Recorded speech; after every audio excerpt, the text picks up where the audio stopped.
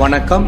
City man Tamil செய்தி பத்திரிகை YouTube சேனலின் செய்திகள். திருவொற்றியூர் கிளை நூலகம் வாசகர் வட்டம் சார்பாக சிந்தனை சாரல் 106வது நிகழ்ச்சி அச்சு ஊடகமும் காட்சி ஊடகமும் என்ற தலைப்பில் மூத்த ஊடகவியலாளர் TSS மணி சிறப்புரையாற்றினார். திருவொற்றியூர் கிளை நூலகம் வாசகர் வட்டம் சார்பாக மாதந்தோறும் 3வது சனிக்கிழமை சிந்தனை சாரல் நிகழ்ச்சியில் முக்கிய பிரமுகர்கள் சிறப்புரையாற்றுவார்கள். இதன் தொடர்ச்சியாக 18/7/2026 சனிக்கிழமை மாலை 106வது மாதாந்திர நிகழ்ச்சியில் பத்திரிகையாளர் TSS மணி அச்சு ஊடகமும் காட்சி ஊடகமும் என்ற தலைப்பில் திருவொற்றியூர் நெடுஞ்சாலை சண்முகனார் பூங்கா அருகில் செயல்பட்டு வரும் திருவொற்றியூர் அரசு கிளை நூலகத்தில் சிறப்புரையாற்றினார். இந்நிகழ்ச்சியினை திருவொற்றியூர் நூலக வாசகர் வட்டத்தின் துணைத் தலைவர் குரு சுப்பிரமணி தொகுத்து வழங்க திருவொற்றியூர் நூலக வாசகர் வட்டத்தின் தலைவர் அரிமா என் துரைராஜ் தலைமை உரை ஆற்றினார்.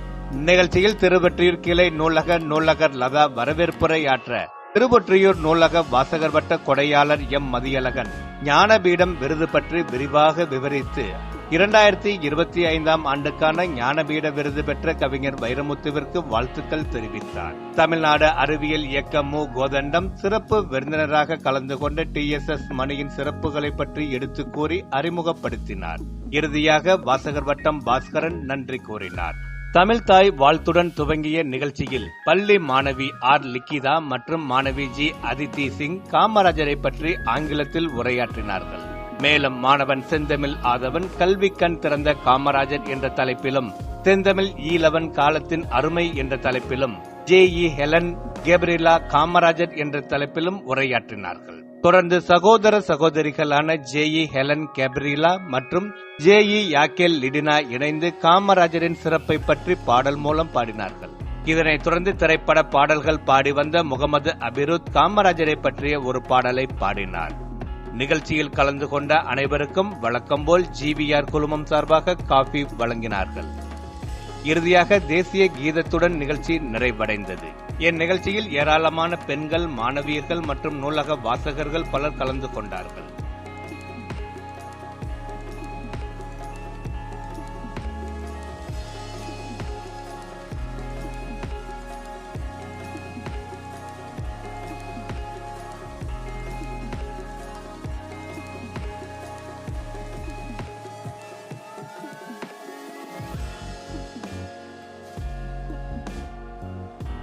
சிந்தனை சாரல் 106வது மாதாந்திர நிகழ்ச்சியின் விரிவான வீடியோ தொகுப்பு.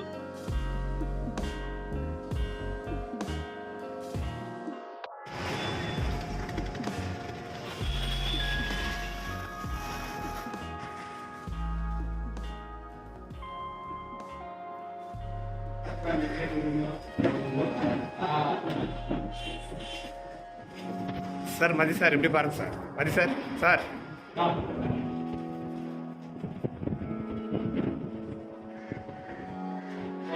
சார் ஒரு செகண்ட் இருக்கீங்க. சார்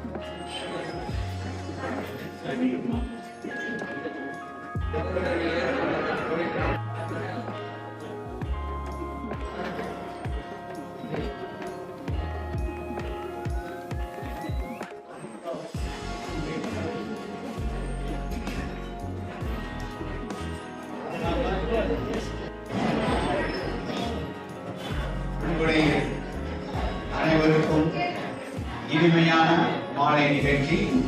இன்றைய நிகழ்ச்சியில் நமது திருவொற்றியூர் கிளை நூலக வாசகர் வட்டத்தின் சார்பாக சிந்தனை சாரல் நிகழ்ச்சி ஒவ்வொரு மாதமும் 3வது சனிக்கிழமை நடைபெறுவது உங்கள் அனைவருக்கும் தெரியும். அந்த நிகழ்ச்சி இப்பொழுது ஆரம்பிக்கப் போகிறது. அதன் துவக்கமாக தமிழ் தாய் வாழ்த்து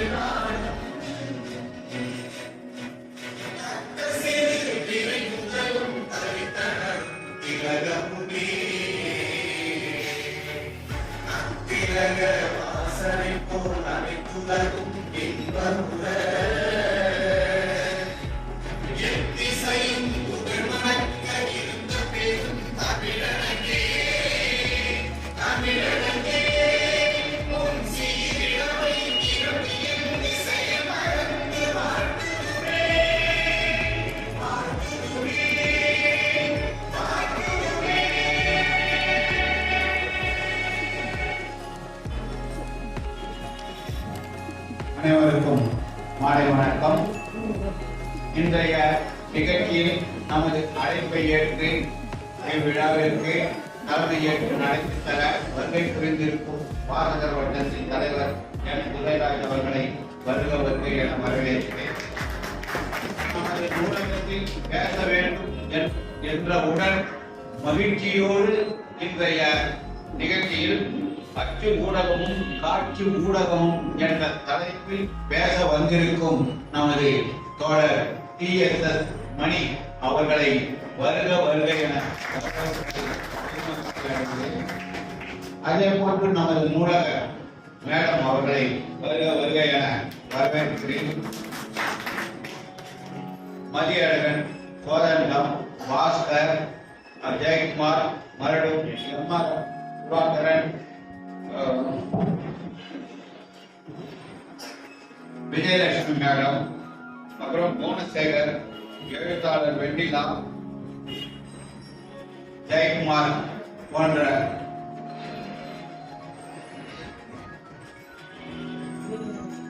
பாஸ்கரன், ராமையன், கோதண்டம், தமிழரசன் போன்ற மற்றும் உள்ள உங்கள் அனைவரையும் வருக வருக என வரவேற்பதில் பெருமகிழ்ச்சி அடைகிறேன். இந்த நிகழ்ச்சியை தொகுத்து வழங்கும் போது ஒவ்வொரு மாதமும் நமது குழந்தை செல்வங்களை பேச வைத்து விட்டுத்தான் பெரியவர்களை பேச வைப்பது நமது திட்டம். அந்த திட்டத்தின்படி முதலில்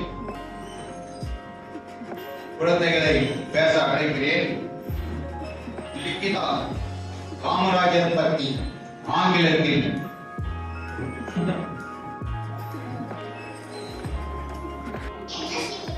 Today I am going to speak about Kamarasar, the great Kalitani and the Kalgana Tamil Nadu. Kamarasar was a great Indian independent activist and politician. He was born on 15th July 1903 in Virudhunagar district of Tamil Nadu. His parents were Kumar Nurse and Sivanami Ambar. Kamarasar father when he was 7 years old, so he dropped out of school in 1942. Some of his mother in taking care of the family. Kamarasar started working in a sample shop. During that time, he got to learn more about the freedom struggles that took place across the country. He took part in various freedom struggles such as the non-cooperation movement, Satyagraha, Quit India movement, etc. Kamarasar considered Gandhi as his political leader. In 1954, Kamarasar was elected as the Chief Minister of Tamil Nadu. His first move as Chief Minister was opening about 6,000 schools. Kamarasar opened many schools, dance and international education Tamil Nadu. He introduced free education, meal schemes in all government schools. Government was known as the period of Tamil Nadu. Many profit entities like railway and corporation, well and irrigation during this period.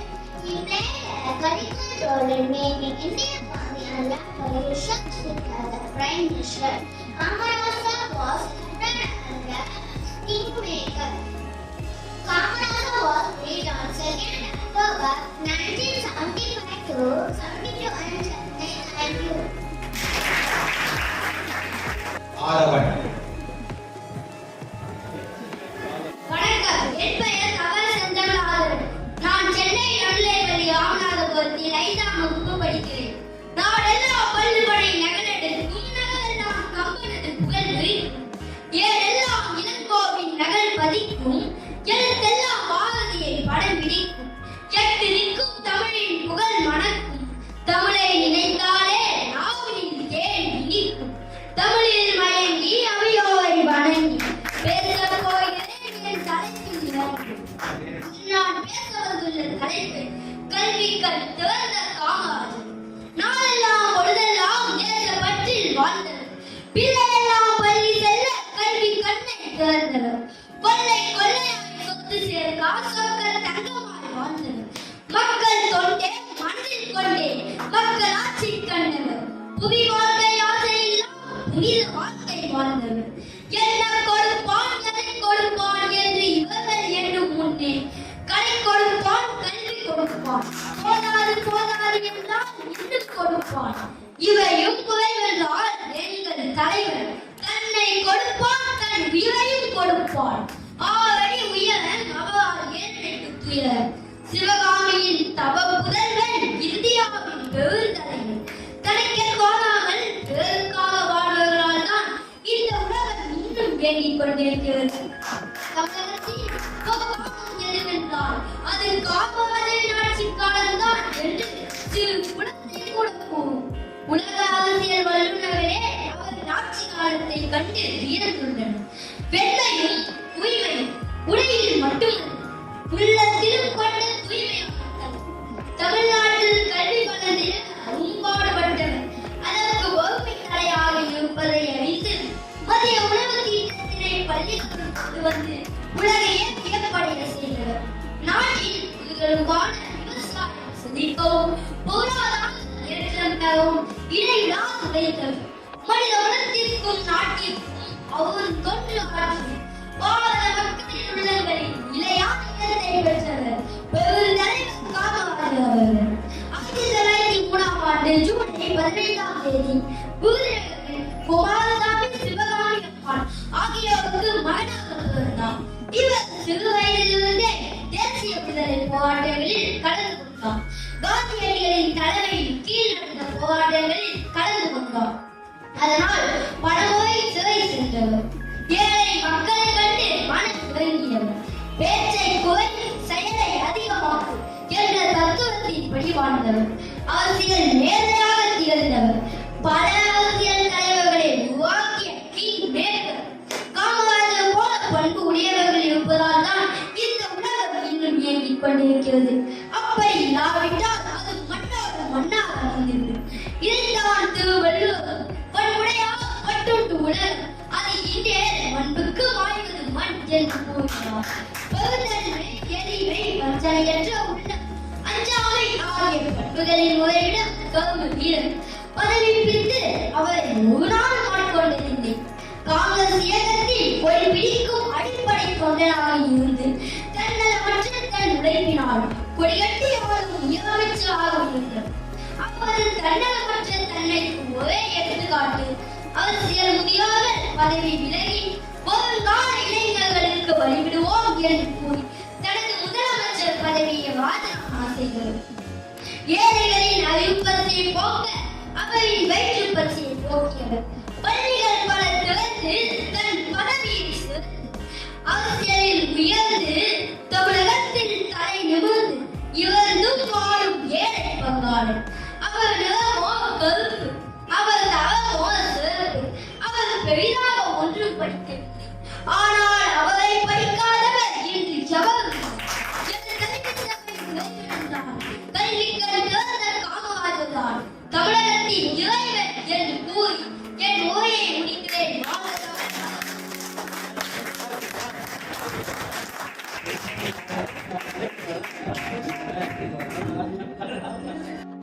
சென்ற செந்தமிழ் ஈழவன் வருகிறான் பேசுவது.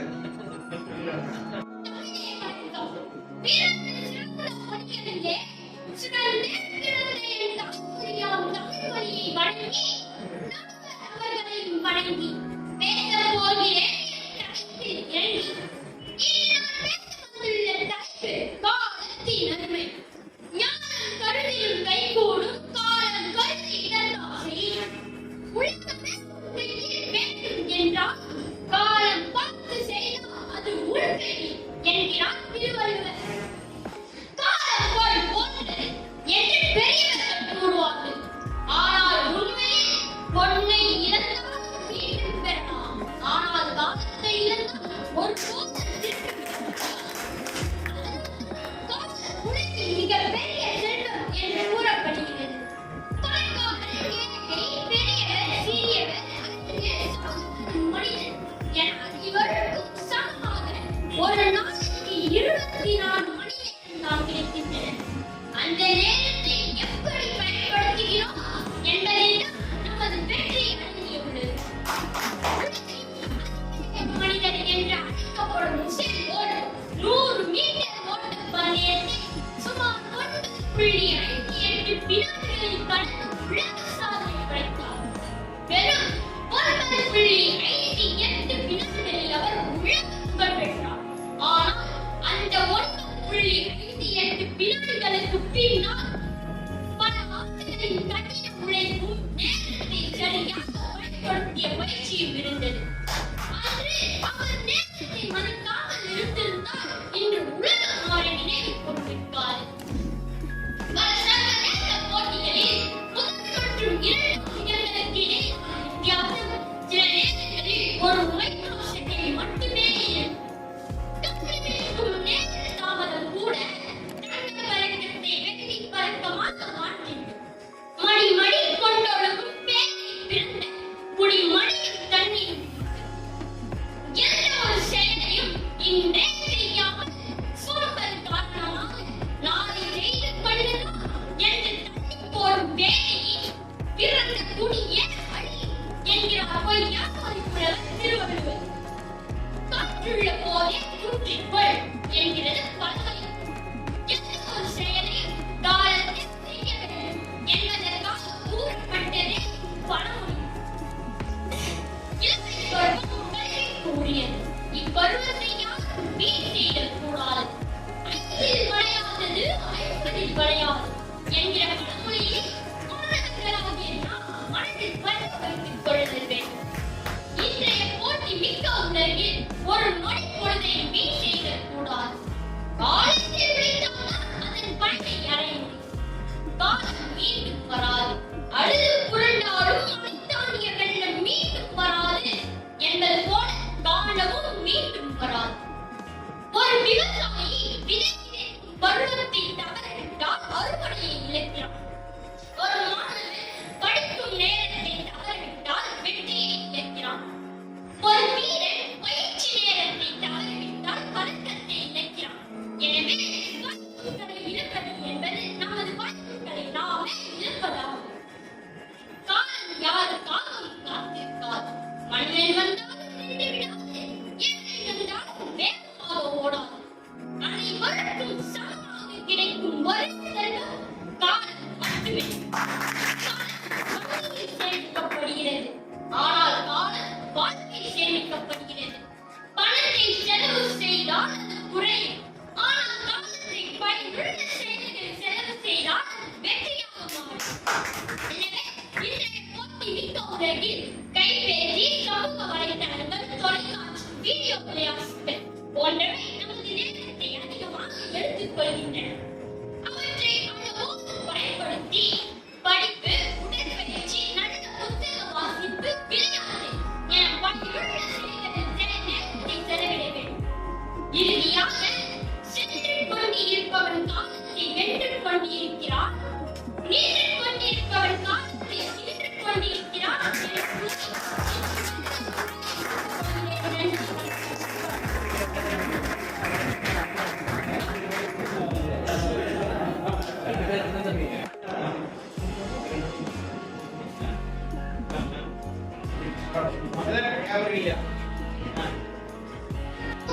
வணக்கம். என் பெயர் Jai Helen Kerala.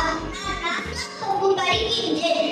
என் பள்ளியின் பெயர் சென்னை நடுநிலைப் பள்ளி ராமநாதபுரம். நான் இப்பொழுது கல்வி கற்பிறந்த காமராஜர் அவர்களை பற்றி பேசப் போகிறேன். காமராஜர் அவர்கள் 1903ஆம் ஆண்டு ஜூலை மாதம் 15ஆம் தேதி விருதுநகரில் பிறந்தார். இவருடைய பெற்றோர் குமாரசாமி மற்றும் சிவகாமி அம்மையார் ஆவார். காமராஜரின் பிறந்த நாள் கல்வி வளர்ச்சி நாளாக கொண்டாடப்படுகிறது. கர்ம வீரர், பெருந்தலைவர், கிங்மேக்கர், கல்வி தந்தை என பல பட்டங்கள் கொண்டவர் காமராஜர். கல்விக்கான மாநில நிதியை 2 மடங்கு அதிகரித்தார். காமராஜர் ஆரம்பித்த மதிய உணவு திட்டத்தின் மூலம் பள்ளிக்கு மாணவர்களின் வருகை எண்ணிக்கை அதிகரித்தது. இதனால் கல்விக்கு பிறந்த காமராஜர் என போற்றப்பட்டார். இவர் தமிழகத்தில் 6000 பள்ளிகளை திறந்தார். இவர் தமிழக முதல்வராக 9 ஆண்டுகள் ஆட்சி செய்தார். இவருடைய ஆட்சியில் தமிழகத்தில் பொற்காலம் என்று அழைக்கப்படுகிறது. இவர் ஆட்சியில் பல அணைகளை கட்டினார். அதில் திருவண்ணாமலை மாவட்டத்தில் உள்ள சாத்தனூர் அணையும் ஒன்றாகும். காமராஜர் அவர்கள் 1975ஆம் ஆண்டு அக்டோபர் மாதம் 2ஆம் தேதி மறைந்தார். நேர்மையின் அடையாளம், எளிமையின் அவதாரம், கல்வியின் நாயகர் காமராஜரை போற்றுவோம். அவர்களின் நன்றி.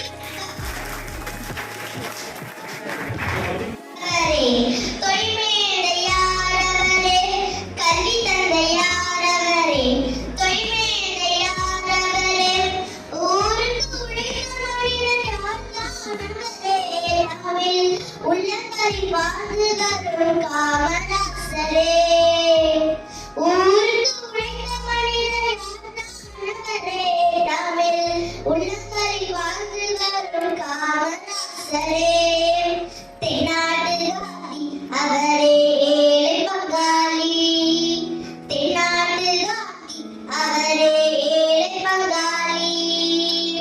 பள்ளியில் படித்ததில்லை, பட்டங்களும் பெற்றதில்லை, அவருக்கு கல்வி வேண்டும் என்று நினைத்தார். பள்ளியில் படித்ததில்லை, பட்டங்களும் பெற்றதில்லை, அவருக்கு கல்வி வேண்டும் என்று நினைத்தார். அவர் கல்விக்காக எத்தனையோ பள்ளிகள் திறந்தார். அவர் கல்விக்காக எத்தனையோ பள்ளிகள் திறந்தார். தென்னாட்டு காந்தி அவரே ஏழை பங்காளி, தென்னாட்டு காந்தி அவரே ஏழை பங்காளி. எப்போதும் வீட்டிருந்தால் ஏழையாய் தான் வாழ்ந்தார். எல்லோருக்கும் உணவு வேண்டும் என்று நினைத்தார். எப்போதும் வீட்டிருந்தால் ஏழையாய் தான் வாழ்ந்தார். எல்லோருக்கும் உணவு வேண்டும் என்று நினைத்தார். வயலில் விளைந்த நீரை அணைகள் திறந்தார். வயலில் விளைந்த நீரை அணைகள் திறந்தார். தென்னாட்டு காந்தி அவரே ஏழை பங்காளி, தென்னாட்டு காந்தி அவரே ஏழை பங்காளி. ஆட்சியில் நேர்மை கொண்டார், காட்சியில் எளிமை கொண்டார், மக்களே குடியரசின் தலைவர்கள் என்றார். ஆட்சியில் நேர்மை கொண்டார், காட்சியில் எளிமை கொண்டார், மக்களே குடியரசின் தலைவர்கள் என்றார். அவர் வாழ்வுக்காக தமது வாழ்வை அர்ப்பணம் செய்தார். அவர் வாழ்வுக்காக தமது அர்ப்பணம் செய்தார். தென்னாட்டு காந்தி அவரே ஏழை பங்காளி, தென்னாட்டு காந்தி அவரே ஏழை பங்காளி. கல்வி தந்தையாரவரே, கைமேடையாரவரே, கல்வி தந்தையாரவரே, கைமேடையாரவரே, ஊருக்கு உழைத்த மனிதர் யார்தானவரே, நம்மில் உள்ளங்களில் வாழ்ந்து வரும் காமராசரே. ஊருக்கு உழைத்த மனிதர் யார்தானவரே, நம்மில் உள்ளங்களில் வாழ்ந்து வரும் காமராசரே. குழந்தைகள்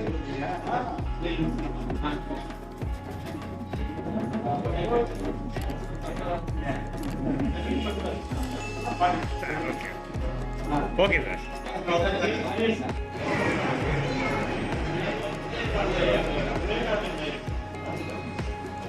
Good evening everyone. My name is Savitri Singh. I am sharing standard 4 section 3. I am going to explain Kamaraj's speech. Kamaraj was a great Indian independent activist and politician. He was born on 15th May 1900 in district of Tamil Nadu. His parents are Kumal Swaminathan and Sivakami Ammal. Kamaraj considered Gandhiji as his political idol. Kamaraj served as Chief Bishop of Tamil Nadu from 1954 to 1963. Kamaraj opened many school camps and introduced the mega industry in Tamil Nadu. He was elected as the Chief President of Indian National Congress in 1963.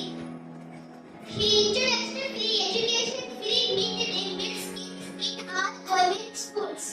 His government was known as the golden period of the Tamil Nadu. Kamaraj died 2nd October 1975 aged 72 in Chennai. வாழ்ந்தும் மறைந்தவர்கள் பல கோடி பேருண்டு. இம்மண்ணுலகில் மறைந்தும் வாழ்பவர்கள் ஒரு 100 பேருண்டு. அப்படி வாழ்பவரில் சிறந்தவராய் ஒரு பேருண்டு. அம்மா சிவகாமியின் செல்வனாம் நம் தமிழ்நாட்டின் செல்வமாம். படிக்காத மேதை நம் பெருந்தலைவர் காமராஜராம். கர்ம வீரரே தர்ம சீரரே மக்கள் மனதில் வாழ்பவர் நம் காமராஜரே. மனிதநேயரே கழிவான தோழரே நாடு போற்றும் நல்லவர் நம் காமராஜரே. தலைவனுக்கும் தலைவன் நம் காமராஜரே.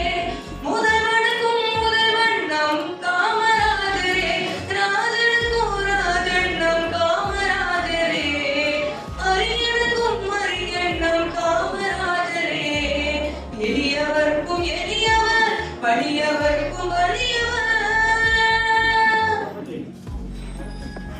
கர்ம வீரரே தர்ம சீரரே மக்கள் மனதில் வாழ்பவர் நம் காமராஜரே.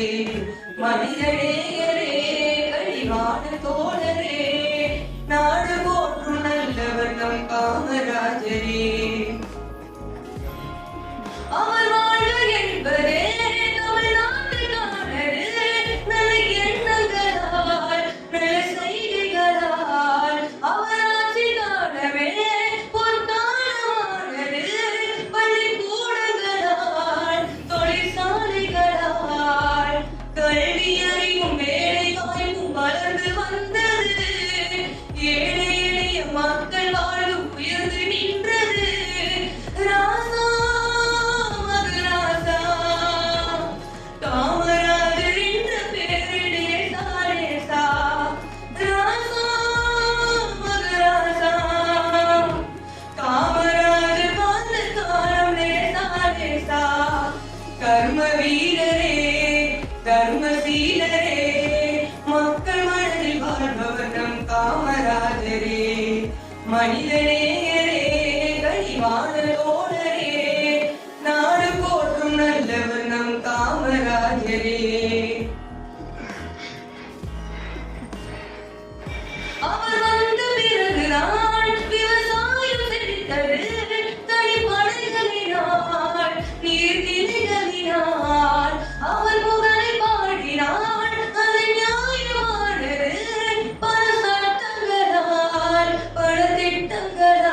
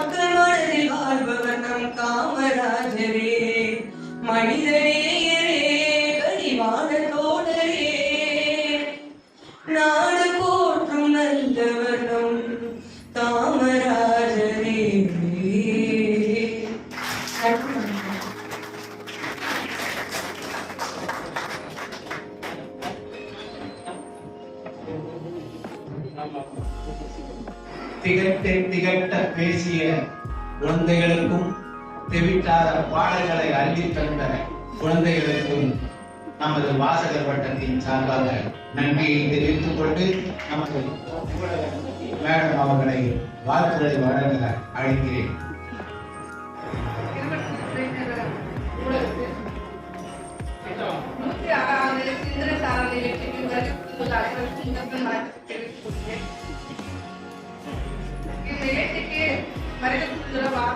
தலைவர் அவர்களும் துணைத் தலைவர் அவர்களையும் மதியழகன் சார் அவர்களையும் பாஸ்கர் சார் அவர்களையும் கோதண்டர் சார் அவர்களையும் சிறப்பு விருந்தினராக வந்து பிரதிநிதித்துவ சார் அவர்களையும் மற்றும் பொதுமக்கள் அனைவருக்கும் குழந்தைகளுக்கும்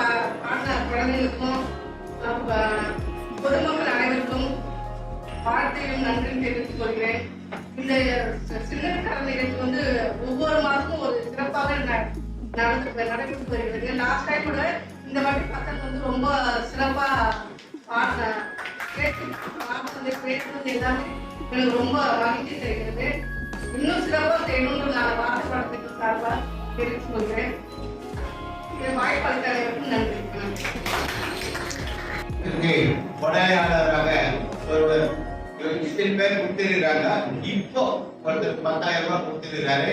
அவருக்கு நமது நூலகர் நன்றி தெரிவி கடிதத்தை கொடுக்கிறார்.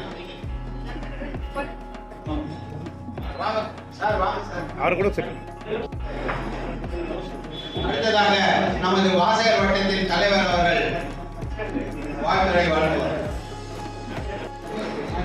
சான்றோர் பெருமக்களே, நூலகத்தினுடைய நூலகர் அம்மா லதா அவர்களே, சிறப்புரை வருவதற்காக வருகை கொண்டிருக்கிற ஒரு ஐயா மணி அவர்களே, சகோதரர் மதி பாஸ்கரன், KS மற்றும் அனைத்து நண்பர்களே, சிறப்பாக தொழிற்சங்க தலைவர் பிரபா அவர்களே மற்றும் நண்பர்களே, உங்கள் அனைவருக்கும் என்னுடைய வணக்கத்தை நான் தெரிவித்துக் கொள்கிறேன். ஒரு பெரிய அடைவரை செய்த பிறகு ஒரு சற்று ஓய்வு இருப்பது போல அதன் நடுவே நான் பேசுவது என்பது எத்தனை சிரமம் என்பது பேசுவதற்கு தான் தெரியும். அந்த மழை செல்வங்கள் மாணவர்கள் பேச்சை அவருடைய உடல் அசைவுகள் பேச்செல்லாம் பார்க்கின்ற பொழுது மிக அற்புதமாக அவர்கள் உரை நிகழ்த்தினார்கள். அவர்களுடைய வாசகர்களுக்கு சார்பாக உங்களுடைய வாழ்த்துக்களையும் பாராட்டுகளையும் நாங்கள் தெரிவித்துக் கொள்கிறோம். அதே போல ஆர்வத்தன் வந்து வந்த மாணவ மாணவர்களுக்கும் ஆசிரியர் பெருமக்களுக்கும் எங்களுடைய நன்றியை நான் தெரிவித்துக் கொள்கிறேன். ஐயா அவர்கள் இப்பொழுது அச்சக ஊடகம், காட்சி ஊடகம் என்ற தலைப்பில் பேச இருக்கிறார்கள். பலருக்கு என்ன அச்சக ஊடகம், காட்சி ஊடகம் என்று முதலில் தோன்றியிருக்கலாம். அப்புறம் சற்று சிந்தித்து பார்த்தால் இது இப்படி என்று அவர்கள் ஒரு பொருள் விளங்கிக் கொண்டிருக்கலாம். ஆனால் நம்முடைய வாழ்க்கையே இப்பொழுது அச்சு ஊடகத்தின் வழியாகவும் காட்சி ஊடகத்தின் வழியாகவும் தான் நம்ம வாழ்ந்து கொண்டிருக்கிறோம் என்ற உண்மையை நாம் எல்லாம் உணர வேண்டும் என்று நான் உங்களை கேட்டுக்கொள்கிறேன்.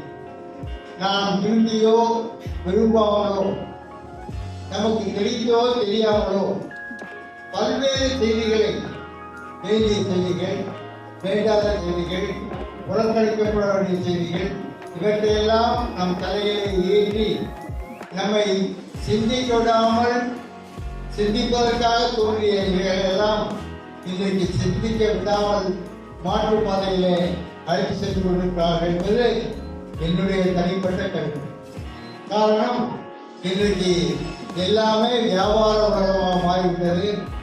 அதை காட்சி உலகத்தின் மூலமாகவும் அச்சு உலகத்தின் மூலமாகவும் நம் மீது திணித்து நம்மை அவர்கள் வழிநடத்தி கொண்டிருக்கிறார்கள் என்று சொன்னால் அது மிகையல்ல. ஆனால் இந்த விளம்பரம் என்பது, நீங்கள் பார்க்கின்ற விளம்பரம் உங்களை அறியாமலே உங்களை வழிநடத்தி கொண்டிருக்கிறது என்பதை நீங்கள் சிந்தித்து பார்த்தால் உங்களுக்கு தெரியும். அந்த விளம்பரத்தில் வருகின்ற பெரும்பாலும் அவர்கள் குழந்தைகளையும் பெண்களையும் மட்டுமே இதை பயன்படுத்துகிறார்கள்.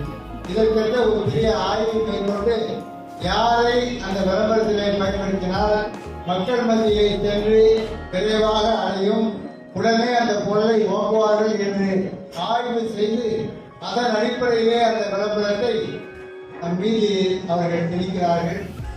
அந்த முறையிலே தான் நாம் இன்றைக்கு வாழ்ந்து கொண்டிருக்கிறோம். எனவே அதை பற்றி மிக விரிவாகவும் சிறப்பாகவும் ஐயா அவர்கள் பேசுவார்கள் என்று நான் உங்களோடு சேர்ந்து நானும் காத்துக் கொண்டிருக்கிறேன். அவர்களுக்கு என்னுடைய நன்றியை நான் தெரிவித்துக் கொண்டு இந்த வாசகர்கள் கூட்டத்திற்கு தவறாது வருகை கொண்டிக் கொண்டிருக்கிற உங்கள் அத்தனை பேருக்கும் வாசகர்கள் சார்பாக என்னுடைய மனமார்ந்த நன்றியை நான் தெரிவித்துக் கொள்கிறேன். இதோடு மட்டும் நின்று விடாமல் இன்னும் இன்னும் இன்னும் இடம் போதவில்லை என்ற அளவுக்கு நீங்கள் வந்து இங்கே கூற வேண்டும், பல்வேறு கருத்துக்களை கேட்க வேண்டும், அதை பற்றி நீங்கள் ஒரு விவாதத்தில் ஈடுபட வேண்டும் என்றெல்லாம் நாங்கள் நினைத்துதான் இந்த சிந்தனை கூட்டத்தை 106வது கூட்டமாக தொடர்ந்து நடத்தி கொண்டிருக்கிறோம். எனவே தவறாது வந்திருக்கிறவர்களுக்கு நன்றியும், புதிதாக வந்திருக்கிறவர்களுக்கு நன்றியும், வர இருப்பவர்களுக்கான ஒரு வரவேற்பையும் கூறி வாய்ப்புக்கு நன்றி கூறினேன். நன்றி. அறிமுகப்படுத்தி அவர் எழுதிய சிறந்த நூல்களையும் நமக்கு சொல்லி அவற்றை படிக்க வேண்டும் என்று நம்மை தூண்டும் மதியழகன் சார் அவர்களை பேசும்படி அழைக்கிறேன். வாசகர் பட்டத்தின் தலைவர் அண்ணன் எல்லை அவர்களுக்கும் துணை தலைவர் நண்பர் கேஸ் அவர்களுக்கும் அச்சு ஊடகமும் காட்சி ஊடகமும் என்ற தலைப்பில் சிறப்புரை வழங்கல் வெளியிட்டிருக்கும் ஐயா கேசஸ் மணி ஐயா அவர்களுக்கும் நண்பர் பாஸ்கர் கோதண்டம் நம்ம நூலகர் கலா மேடம் மிக அருமையாக பேசிய சிறுவர்கள் அறிவிப்பாளர் வரும் நமது திருவள்ளூர் வாசகர்கள் அனைவருக்கும் எனது காலை வணக்கத்தை தெரிவித்துக் கொள்கிறேன். 2025ஆம் ஆண்டுக்கான ஞானபீட விருது நம்ம தமிழ் இலக்கியத்துக்கு கிடைச்சிருந்தது. அதை பெற்றவர் திரு வைரமுத்து அவர்கள். வைரமுத்தை பற்றி நம்ம அறிமுகமே தேவையில்லை, எல்லாருக்கும் தெரியும். கிட்டத்தட்ட 6000 பாடல்களுக்கு மேல திரை இசை பாடல்கள் எழுதியவர். 10 நாவல்கள், அதுல மிக சிறந்த நாவல்கள்லாம் தண்ணீர் தேசம், 3ஆம் உலகப் போர், கள்ளிக்காட்டு இதிகாசம், கருவாட்சி காவியம், சிறப்பான நாவல்கள், நிறைய கவிதை தொகுதிகள், இன்னொரு தேசிய கீதம்,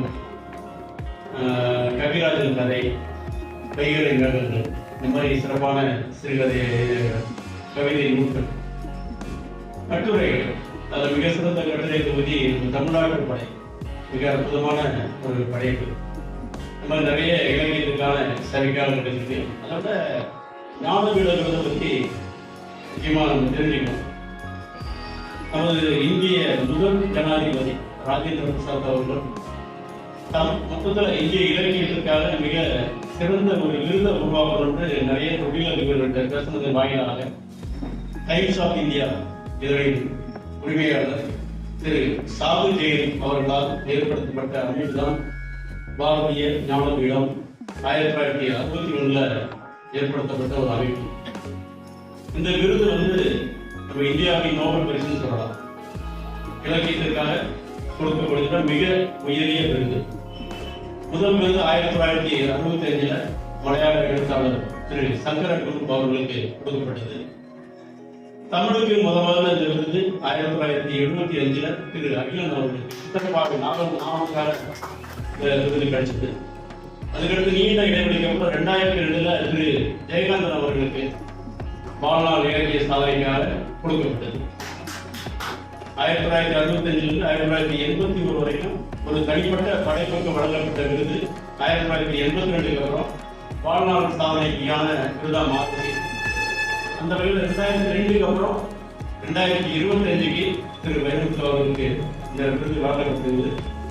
இந்த விருது வெளி சிலை சரஸ்வதி சிலை பட்டயம் 11 லட்சம் ரூபாய் பரிசு தொகை உள்ளடக்கிய ஞானபீட விருது பெற்ற திரு வைரமுத்து அவர்களை நமது வாரத்தினுடன் சார்பும் உங்கள் சார்பும் வாழ்த்துகிறேன். நன்றி.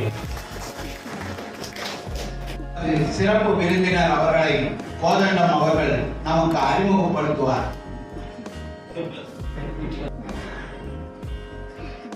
அனைவருக்கும் வணக்கம். அடையாளர் நண்பர்கள் அனைவருக்கும் வணக்கம். என்ன சொன்ன உடனே எல்லாரும் வந்துருக்கீங்க. இது தொடர்ந்து வந்தீங்கன்னா தான் எங்களுக்கும் இந்த சிறப்பான ஒரு விழா வந்து தொடர்ந்து நடத்த முடியும். முதல்ல சொல்லிட்டு மனிதர்கள் பல விதம் நம்ம சொல்லுவேன். எப்போதுமே நான் சொல்லுவேன் 2 வகை தான். ஒன்று நல்லவர்கள், இன்னொரு யாருன்னு கேட்டீங்கன்னா சாதாரண சொல்லுவாங்க கெட்டவர்கள் சொல்லுவோம். கிடையாது, ரொம்ப நல்லவர்கள். நல்லவர்களின் குணம் ரொம்ப நல்லவர்களுக்கான குணம், இதுதான் வித்தியாசம். ரொம்ப நல்லவர்கள் பார்த்தீங்கன்னா எந்த செயலுக்கும் எந்த பிரச்சனைகளுக்கும் சம்பந்தம் இல்லாமல் ஒரு கண்ணாடி கூண்டுக்குள் வாழ்ந்து கொண்டிருக்கிற மனிதர், அவர்தான் நல்ல மனிதர் நம்ம சமூகத்தில்.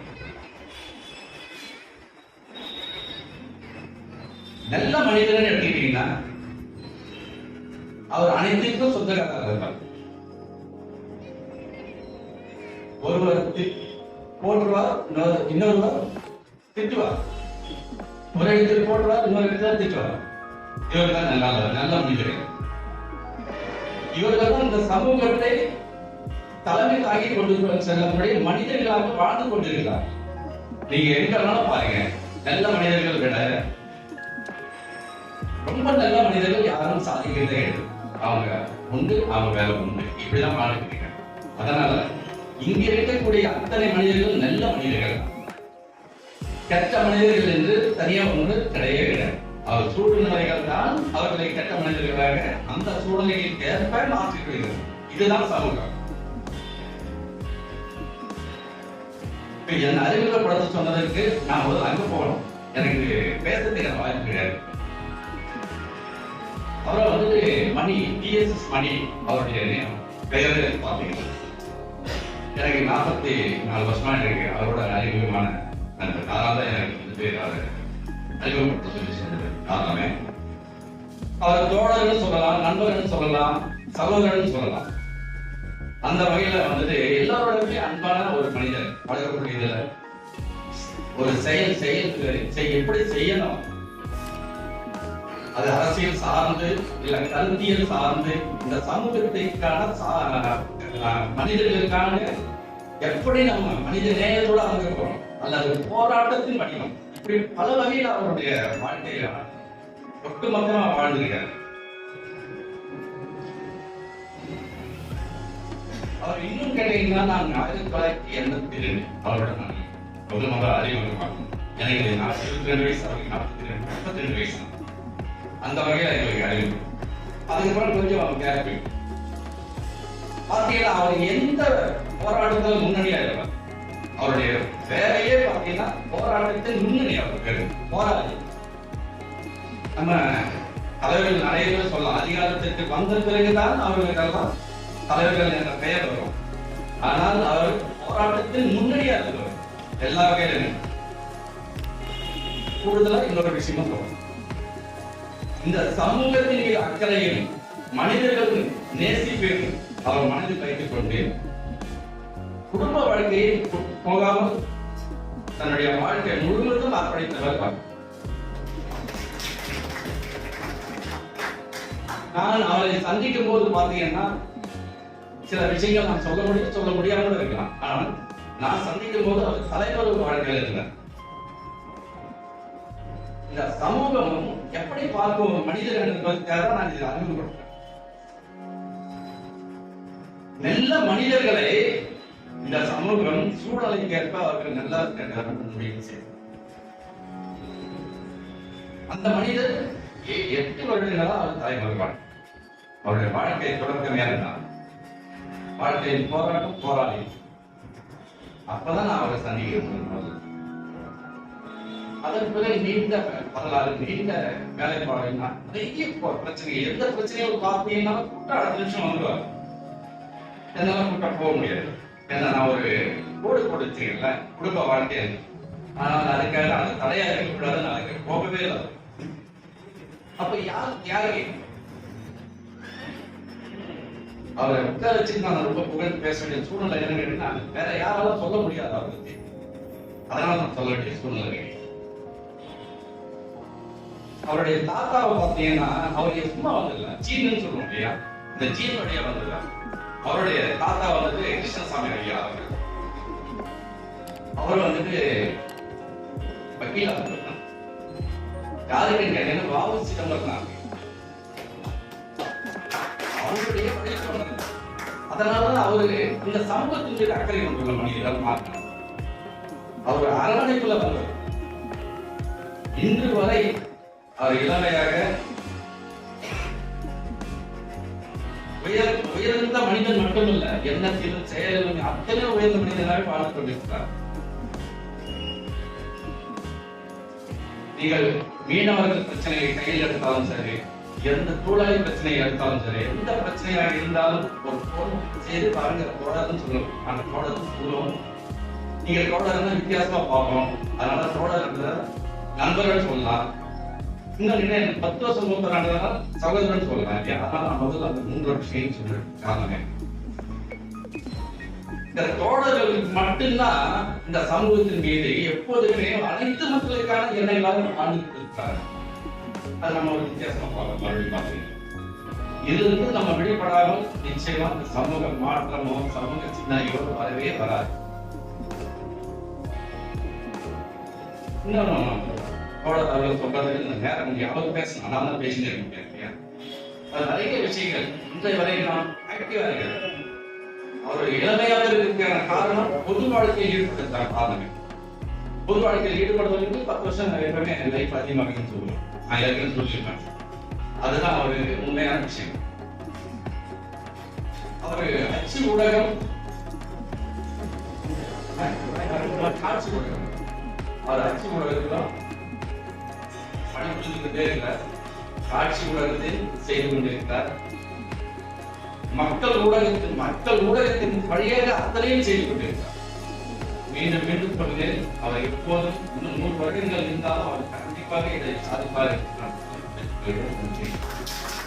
அவர்களே, இப்பொழுது நமது சிறப்பு விருந்தினர் அவர்களை பேச அன்புடன் அழைக்கிறேன்.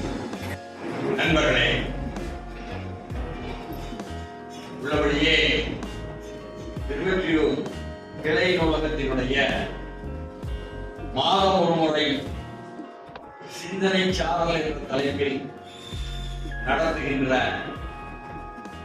இந்த நிகழ்ச்சிக்கு தாங்கள் வர வேண்டும் என்பதாக தோழர் பாஸ்கர், நாங்க அவரை எம்ஆர் பாஸ்கர் தான் கொடுப்போம். எங்களுக்கு கிடையாது. தொழிற்சாலை நிலை நிறைந்த பகுதியான திருவொற்றியூர்ல தொழிலாளர்களை சேர்ந்த குடும்பங்கள் வாழும் திருவொற்றியூர்ல எங்களுக்கு அடையாளமே தொழிற்சாலை தொழிலாளர் என்பதுதான் தெரியும். எங்களோட குறையா நிறைய தெரியும். இதான் சொல்லும் பொழுது பெரிய நூலகத்தினுடைய ஒரு அரங்கு கூட்டம் அதை அப்படின்ட்டு கட்சி ஊடகம் காட்சி ஊடகம் திருநாட்டில் ஊடகவியலாளராக அறிமுகமாயிருக்கும்.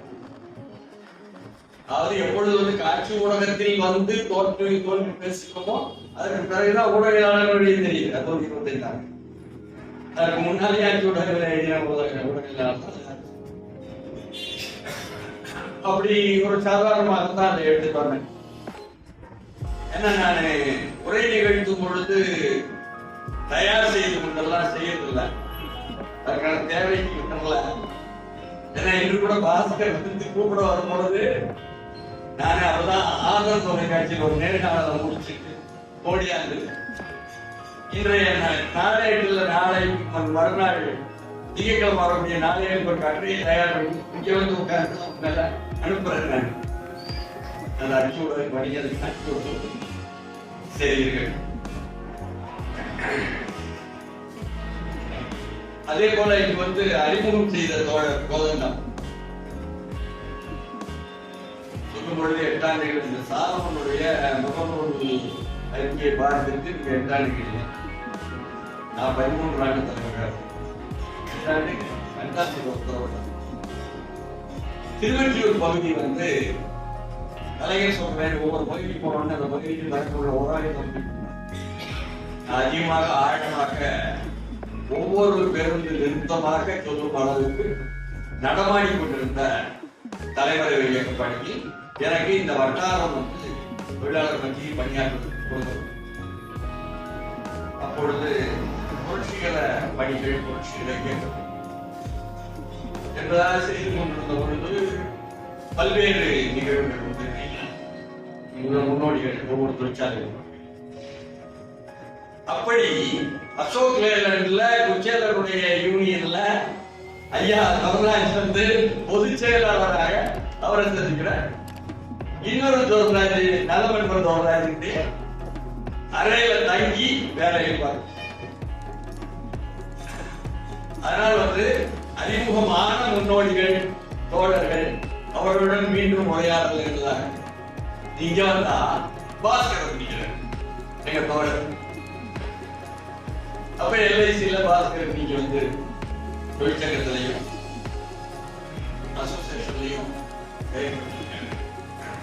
இப்படியாக எல்லோருடனும் வந்து ஒரு ஊடாடல் இருக்கக்கூடிய ஒரு பகுதியில வந்து பேசுவது என்பது வந்து ஒரு மகிழ்ச்சியான விஷயம். இங்க வந்து முதல்ல சிறுவர்களையும் சிறுமிகளையும் பேச வைத்தது என்பது வந்து உண்மையாவே ஒரு நல்ல உற்சாகமான மகிழ்ச்சியான ஒரு ஊடாடல் அது. என்னன்னா அவர்களை பயிற்றுவிப்பதாகவும் அவர்களை உற்சாகப்படுத்துவதாகவும் வருங்கால தலைமுறையினரை நாம் ஊக்குவிப்பதாகவும் அந்த நிகழ்வு மனசுக்கு ரொம்ப மகிழ்ச்சியானது. எல்லோருமே காமராஜரை பற்றி பேசும்போது நான் அதான் கேட்டுட்டு இருந்தேன் நண்பர்கிட்ட. 15ஆம் தேதி பெருந்தலைவர் காமராஜரை பிறந்தனால அதுக்காக பள்ளிக்கூடத்துல போய் பேசுவதற்கு தயார் பண்ணிருப்பாங்க. அதை இங்கு வந்து மீண்டும் பரிமாறி போவாங்க. சரி போகலாம். இதே போல சிறுவர் சிறுமிகள் மக்களுடைய பிரச்சனைகள், தீர்க்கப்படாத பிரச்சனைகள், தீர்க்கப்பட வேண்டிய பிரச்சனைகள். உதாரணமா எடுத்துக்கிட்டா திருவெற்றியூர் வட்டாரத்தின் தொழிற்சாலைகள் முன்னிருந்த மாதிரி இருக்கா, இப்போ நவீன் இருக்கா, தொழிலாளர்களுடைய வாழ்நிலை, அதை பற்றிய செய்திகளை, தொழிற்சங்க இயக்கங்கள் முன்ன மாதிரி இல்லைன்னு எல்லோருமே வந்து பேசுவாங்க. முன்னைய நல்லா இருந்துச்சு, இப்ப ஏன் அப்படி இல்லை என்பதையெல்லாம் கூட விளக்கணும். ஒருத்தர் ஐயா வந்து அந்த மாதிரி விஷயங்களை பயன்படுத்தி அவங்களுக்கு நிறைய சிறப்புகள், புதிய புதிய பார்வைகள், எப்படி வந்து முதலாளித்துவமும் தொழிற்சாலையினுடைய அதிபர்களும் முன்னே நடந்து கொண்டது, இப்ப நடந்து கொண்டது, அரசாங்கம் முன்ன எப்படி நடந்து கொண்டது, இப்ப எப்படி நடந்து கொண்டிருக்கு, தொழிலாளர்கள் வாழ்க்கை முன்னே எப்படி இருந்தது, இப்ப எப்படி இருக்குது, தொழிலாளி வர்க்க உணர்வுகள் எப்படி முன்னே இருந்தது, இப்ப இருந்தது, தொழிற்சங்கங்கள் முன்னே இருந்தது, இப்ப எப்படி இருக்கு. நான் யாரையும் விமர்சிக்க வரல. இது போன்ற ஒப்பீடுகள் எல்லாம் பரிமாறிப்பட வேண்டிய இடம் திருவெற்றியூர். அப்ப நானே ஆரம்பத்துல ஏதோ ஒரு நோக்கத்தை பேச வரணும் தான் வரும்போது பார்த்து சொல்லிட்டே வர்றாரு. உண்மையாவே அதனுடைய பழைய படத்தை ஐயோ பாவமா காட்டுறாங்க. அதுவே இந்த தூரம் ஆயிடும். இன்புட்டு தூரம் பெருசா இருக்கும். ஒரே ஆச்சரியமாக சட்டமன்ற உறுப்பினருடைய உதவி எல்லாம் சேர்ந்து நிறைய சட்டமன்ற உறுப்பினருடைய உதவிகளும் அவங்க யாராவது அப்புறம் இந்த குறிப்பிட்ட தொழிலதிபர்கள் எல்லாம் ஒவ்வொன்றும் என்னன்னா நான் டிஎன்பிஎஸ்சிக்கு படித்தேன், யூபிஎஸ்சிக்கு படித்தேன், அதுக்கப்புறம் வந்து கணினிகள், அதுக்கப்புறம் 33,000 உறுப்பினர்கள் மேல வச்சு இவ்வளவு தூரம் திருவெற்றியூர்ல ஒரு நூலகம் வந்து வளர்ந்து நிற்கிறது என்று சொல்லும் பொழுது இது வெளியே கொண்டு போய் ஒரு முன்மாதிரி என்று தமிழ்நாடு சரி நாளையில கட்டுரை எழுதிருங்க. நீங்க இந்த நூலகத்தை பற்றி எனக்கு வரலாற்று விஷயங்களோட தாங்க நான் எழுதி கொண்டு போக முடியும். என்ன நாளேட்டில் எழுதுவதனால, பிரபல நாளேடுறதுனால அரசாங்கத்துக்கு அதிகாரிகள் போயிட்டாரு. ஏன் குறிப்பா நூலகம் என்பது நூலகங்கள், கலை நூலகத்தின் நூலகம் என்பது ஒட்டுமொத்த நூலகம் என்பது எல்லாமே பள்ளி கல்வித்துறைக்கு உள்ள வருது. அப்ப அப்ப பள்ளி கல்வித்துறைக்கு இன்றைக்கு ஒரு இளைஞர் வந்து ராஜ்மோகன் அமைச்சராக இருக்கும் பொழுது அவர் கவனத்திற்கு வருமானால் இந்த நூலகத்தை மேலும் சிறப்பாக கொண்டு அவர் உணர்வார். அவர்களுக்கு தெரிஞ்சுன்னா சொல்றேன், உணர முடியும். ஏன்னா அடித்தளத்தில் இருந்து வந்த ஒரு இளைஞர் சொல்ல போனால் ஒழுங்குல போய் வேலை வாரத்துக்கு ஊடகத்தை அப்படி அவருக்கு ஒண்ணு அவர் இப்பொழுது இருக்கும் கட்சியை மட்டும் அவர் அறிமுகமாக சமூகத்துக்கு, அதனால அவரால் கவனிக்க முடியும். He can be sensitive to the issues. அவரால் கவனிக்க முடியும். இங்க 106வது நிகழ்ச்சியாக நடத்துறீங்க என்பது பெரிய மகிழ்ச்சி. வரவேற்புரை தொகுப்புரை வழங்கிய குரு சுப்பிரமணியம் அவர்களே, தலைவராக இருக்கக்கூடிய ஐயா துரராஜன் அவர்கள், அதே போல எழுத்தாளர் அறிமுகம் செய்ய இந்த நண்பர் மதியழகன் அவர்களே, முன்னிலை வைக்கக்கூடிய நூலகம் தான். ஏன்னா அவங்களோட அக்கறையோட ஒரு பெண் நூலகராக இருக்கும் பொழுது, பெண்கள் எனும் பொழுது அவர்கள் கண்டிப்பாக ஆண்கள் எல்லாம் வருத்தப்பட்டாலும் கவலை இல்லை. உண்மையில் அவர்கள் எடுத்தபடியை சிறப்பாக செய்வதில் மேலே இருக்கிறார்கள். இது திருவள்ளூருக்கு இல்ல, தமிழ்நாட்டுக்கு இல்ல, இந்தியாவுக்கு இல்ல, உலகம் முழுக்க இப்படி திறமை வாய்ந்தவர்கள் பெண்கள் மேலே வந்து விட்டால் ஆண்களுக்கு சிக்கல். நம்ம தர்ம பயிர் இல்ல, அதனால முறையா ஆணாதிக்க உணர்வு அவர்களை எழவிடாமல் செய்கின்ற ஒரு உலகம். நான் ஒட்டுமொத்த உலகத்துக்கு அப்படி இருக்கும்போது அந்த நிலையில் அவர் வந்து இங்கே நூலகராக இருப்பது பெரிய உலகத்திற்கு கிடைத்த ஒரு பெரிய பரிசு. ஏன்னா சாதாரணமா சொல்லுவாங்க, கல்வி என்று வந்தாலே வந்து ஒரு ஆணுக்கு கொடுத்தது ஒரு பெண்ணுக்கு கொடுத்தா ஒரு குடும்பத்திற்கே கல்வி கொடுத்தது குடும்பத்தை வளர்த்தது சொல்லணும். ஆண்கள் வந்து வெளியில போய் சம்பாதிச்சுட்டு வருவாங்க என்பதனால வந்து அவர்கள் வந்து பழக்க உறங்குவதற்கும் அவர்கள் வந்து கோயில் போக்குவதற்கும் தான் நேரம் எல்லாம் பண்ணிட்டு. அதனுடைய விளைவு தான் இன்றைக்கு தமிழ்நாட்டில் ஒரு ஆட்சி மாற்றம் நடந்திருக்கிறது என்பதையும் கூட நம்ம நான் இன்றைக்கு நடந்த ஆட்சி மாற்றத்தை பற்றி எல்லோரும் கேட்டால் சொல்லுவாங்க, இந்த இளைஞர்கள் தான் காரணம், இளைஞர்கள் தான் வந்து தீர்மானிச்சுட்டாங்க, அவங்க தலைமையேற்றுட்டாங்க.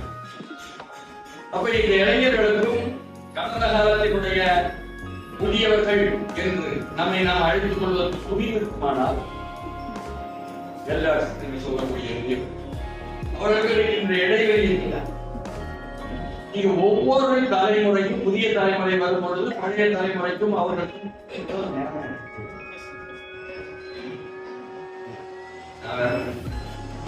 கட்டுரை முடிச்சுட்டேன்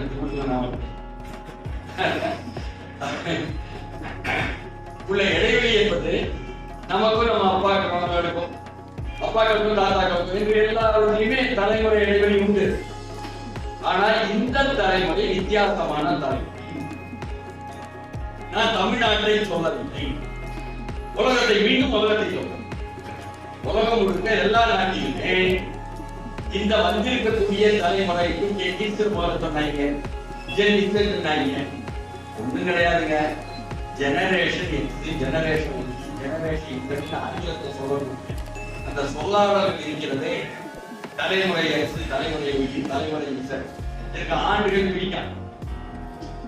2000 பிறகு பிறந்தவங்க 1999 பிறகு பிறந்தவங்க பிரித்து அதான் இசட் என்று சொல்லக்கூடிய தலைமுறை வச்சுக்கிறாங்க.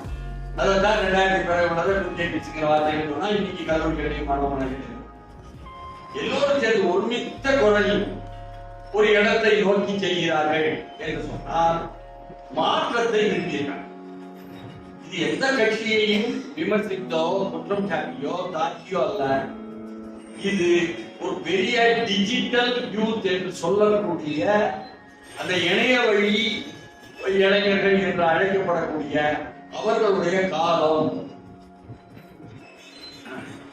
இந்த காலம் என்ன காலம் பொன்னானதுன்னு சொல்லி கொடுத்தீங்க.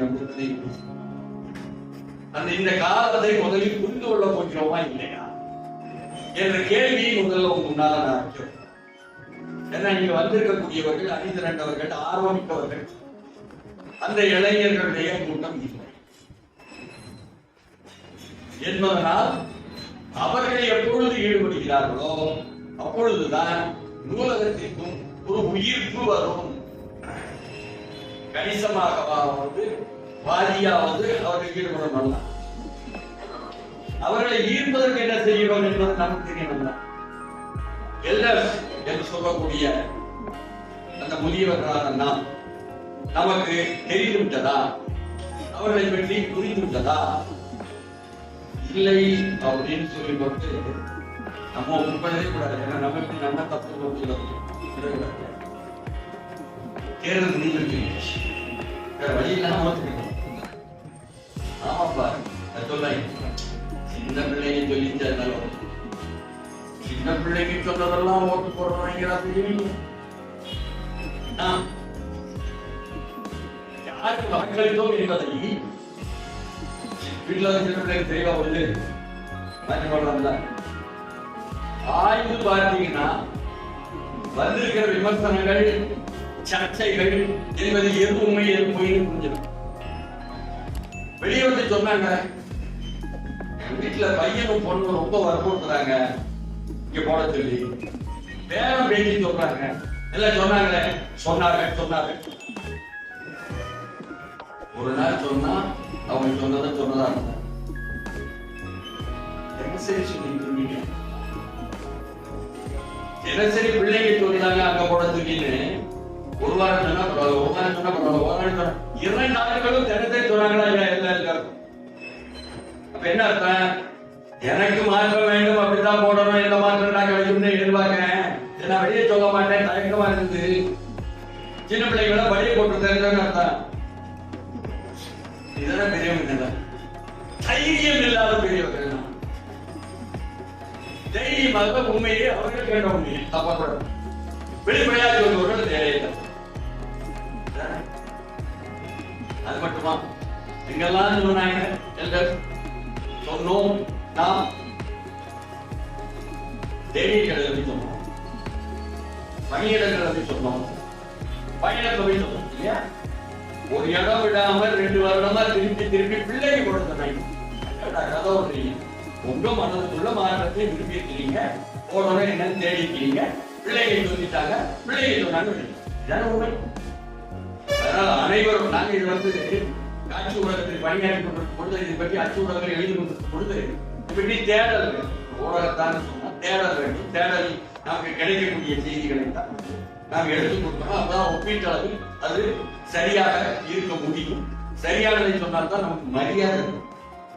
எல்லாரும் தான் ஊடகக்காரங்க சொன்னாங்க மரியாதை உண்மையா உண்மையா பாருங்க அப்படின்னா தானே மரியாதை. அப்படி சொல்லும் பொழுது முதலில் இளைஞர்களை தான் பார்த்தோம். நான் முதல்ல சொன்ன மாதிரியே கல்லூரிகளுக்கு போனா கல்லூரி மாணவ மாணவிகள் அதையே சொல்றேன். நீ முதலமைச்சர் நேருக்கு திரைத்துறை பிரபலம் சொன்னா அவர் பேரையே அப்புறம் தானே விசில் வருது. விசில் ப்ளோயர் என்று சொன்னாலே என்ன அர்த்தம்? மாற்றத்தை கொண்டு வருவதற்கான ஒரு ஊதுகுழல் தான். அப்ப அப்படி சொல்லிட்டு இருந்ததான் சொன்னோம் முதல்ல. பிறகு பார்த்தா பெண்கள் எல்லா வகையான எல்லா பெண்களும் இதே மாதிரி நான் உள்ளபடியே பல்வேறு கிராமங்களில் வடக்கு தமிழ்நாட்டிலும் தென் தமிழ்நாட்டிலும் மேற்கு தமிழ்நாட்டிலும் போய் கிராமங்களை போய் விசாரிக்க சொல்லி தோழர்கள போய் விசாரிக்கிறாங்க பெரியவங்க. அடையூர ஊரடைக்க போட போறோம் அவங்களுக்கு பெரியவங்க சொல்றாங்க. அத உடனே வந்து சொல்றேன் இவங்களுக்கு ஒரே மகிழ்ச்சி. வெற்றி பெறுவோங்கிறது மகிழ்ச்சி தானே. ஆட்சிக்கு வந்த பொருள் மகிழ்ச்சி. அதனாலதான் என்னை கூப்பிட்டு அதை சொன்னாங்க. நான் உள்ளதை அவர்களை பொழுது இந்த இளைஞர்கள் வந்து உலகம் முழுக்கவே நீங்க வந்து கொழும்புல வந்து மஹிந்த ராஜபக்ஷ என்ற கொடியவன் ஆட்சி என்று சொன்னால் அது எதிர்த்து அரண்மனை நேபாளத்துல கம்யூனிஸ்ட் கட்சி பேர் வந்து உட்கார்ந்து ஊழல் பண்றான்னு அவன் நினைக்கிறேன். மெக்சிகோல போய் நம்ம பயன்படுத்தி அங்க புரிந்தாக்கிறான். ஆனால் இதே இளைஞர்கள் 2009ஆம் ஆண்டு ஈழத்திலே போர் நடந்து கொண்டிருக்கும் பொழுது அந்த போரை நிறுத்தி தமிழகம்லாம் கொந்தளித்துக் கொண்டு உள்ளத்தால் கொந்தளித்துக் கொண்டிருக்கும் பொழுது அப்பாவி தமிழ் ஜனங்கள் கொல்லப்படுகிறார்களே என்று வருத்தப்படும் பொழுது லண்டன்ல ஐரோப்பா முழுக்க இருக்கக்கூடிய ஈழத்தமிழ் இளைஞர்கள் அவங்க பார்த்துப்பாங்களா? ஈழத்தை இல்லை நேரம் பார்க்காத. அங்க வந்து இன்ஜினியர்களாகவும் டாக்டர்களாகவும் வணிகர்களாகவும் இருக்கணும். அந்த இளைஞர்கள்லாம் 1 லட்சம் இளைஞர்கள் திரண்டு இங்கிலாந்தில் இருக்கின்ற நாடாளுமன்றத்தை சுற்றி வளைத்து 1 வாரம் முழுக்க அவர்கள் போராட்டம் நடத்தினாங்க. இங்க உடனே நிர்பந்தம் பண்ணி போறோம். வன்முறை இல்லாமல் செய்தார்கள் தமிழ் இளைஞர்கள் ஐரோப்பாவில். நான் முதல்ல சொல்லி காட்டியது எல்லாம் நேபாளமும் கொழும்பும் மெக்சிகோவும் வன்முறையோடு செய்த இளைஞர்கள். 2017ஆம் ஆண்டு தமிழ்நாட்டுக்கு வருவோம், சென்னைக்கு வருவோம், தமிழ்நாடு முழுக்க வருவோம். ஜல்லிக்கட்டு என்று வெளிநாட்டிலே 2 லட்சம் பேர் இருந்தாங்க. தலைமை தாங்கியது இளைஞர்கள். செய்த வழி என்ன? ஜல்லிக்கட்ட அந்த இளைஞர்கள் தான் படித்த இளைஞர்கள் பெரும்பான்மை சென்னை நாட்டில் பார்த்துட்டாங்க. அவன் ஈழத்தை பார்க்காம அங்க போராடுறான். ஜல்லிக்கட்டு ஆனா பக்கத்தே இருக்க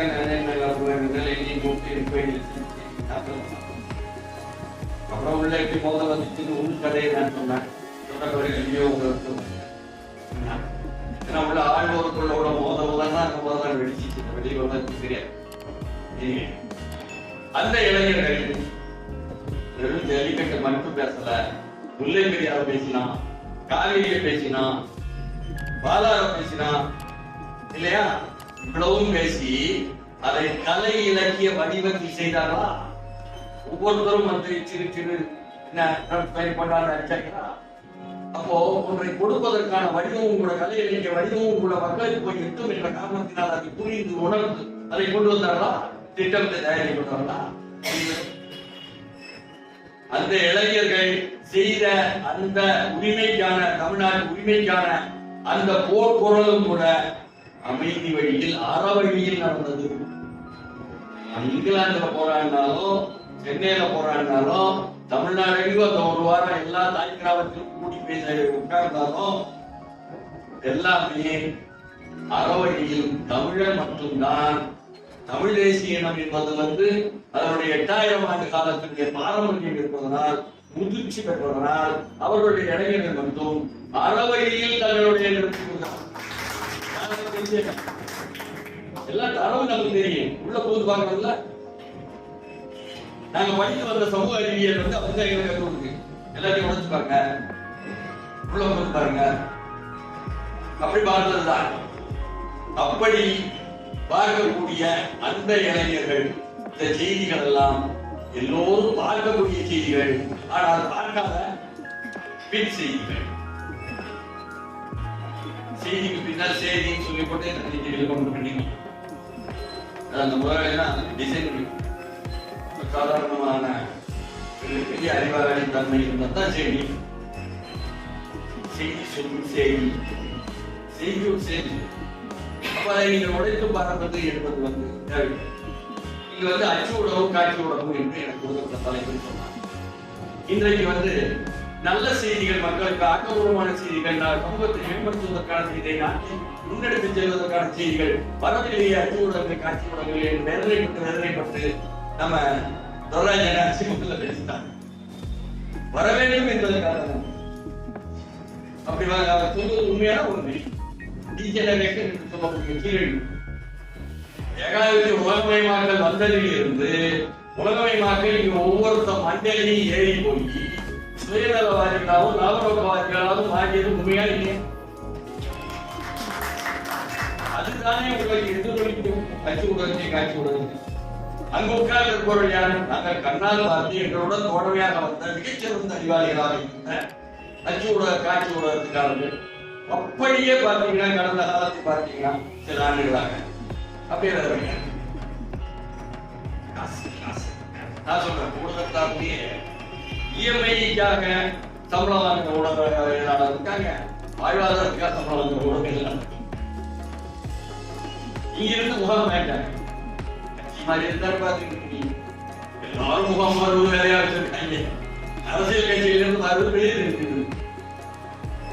ஒவ்வொரு கட்டமும் அதாவது தொழிற்சங்கத்தில் உள்ள மாற்றங்கள், தொழிற்சாலையில் உள்ள மாற்றங்கள், தொழிலாளருடைய வாழ்க்கையில் உள்ள மாற்றங்கள் எல்லாத்தையுமே பார்க்க முடியும். ஒப்பந்த தொழிலாளர்கள், ஒப்பந்தக்காரர், இப்படி எல்லாத்தையுமே பார்க்க முடியும். அதனால இந்த மாற்றங்களை நாம் புரிந்து கொள்வது போதுதான் இன்றைக்கு அச்சு ஊடகம், காட்சி ஊடகத்தினுடைய நிலைமை பரிதாபமான நிலை. அச்சு ஊடகங்கள் அநேகமாக இருக்காமல் வட்டாரத்துக்கு வந்திருந்த ஒரு நிலை வந்தது சமாளித்துக் கொண்டு நிற்பவர்கள். காட்சி ஊடகங்களில் அநேகமா யாரும் பார்க்க மாட்டாங்க. தொடர் நாடகம் தாங்க பார்ப்பாங்க பெண்கள்லாம். செய்தி காட்சி ஊடகங்களை எங்க பாக்குறாங்க? நான் தமிழிலேயே மட்டும் பேசுறதுனால உங்களுக்கு எட்டாதான அது வேற பயமாச்சு. ஆங்கிலத்தில் பேசினா தமிழ்நாடு அதே மாதிரி தான் தமிழ் தான் வருது. அதுல பார்த்தீங்கன்னு சொன்னாலும் ஆர்வம் இல்லாமல் நாளுக்கு நாள் நேயர்கள் குறைந்து கொண்டிருக்கிறார்கள் என்பதுதானே காட்சி ஊடகத்தில் வந்த செய்திகள். ஒரு ஆண்டு முன்னால்தான் நமக்கு தொடர் நாடகங்கள் பார்ப்பாங்க, செய்தி பார்ப்பது இல்லை என்பதாக சொல்றாங்க. அதே மாதிரி நீங்க விவாதங்கள் அப்படின்னு நடத்துவாங்க. முதல்ல ரொம்ப ஆர்வமா இருந்த விவாதம் நடத்துவாங்க. ஆஸ்தான உட்கார வச்சு என்ன அருவ மாதிரி விவாதங்கள் நடத்தோன்னே அதுல இருந்து வேண்டும். இதுதானே நடந்தது காட்சி ஊடகங்களுடைய தோல்விகளுக்கு காரணம்.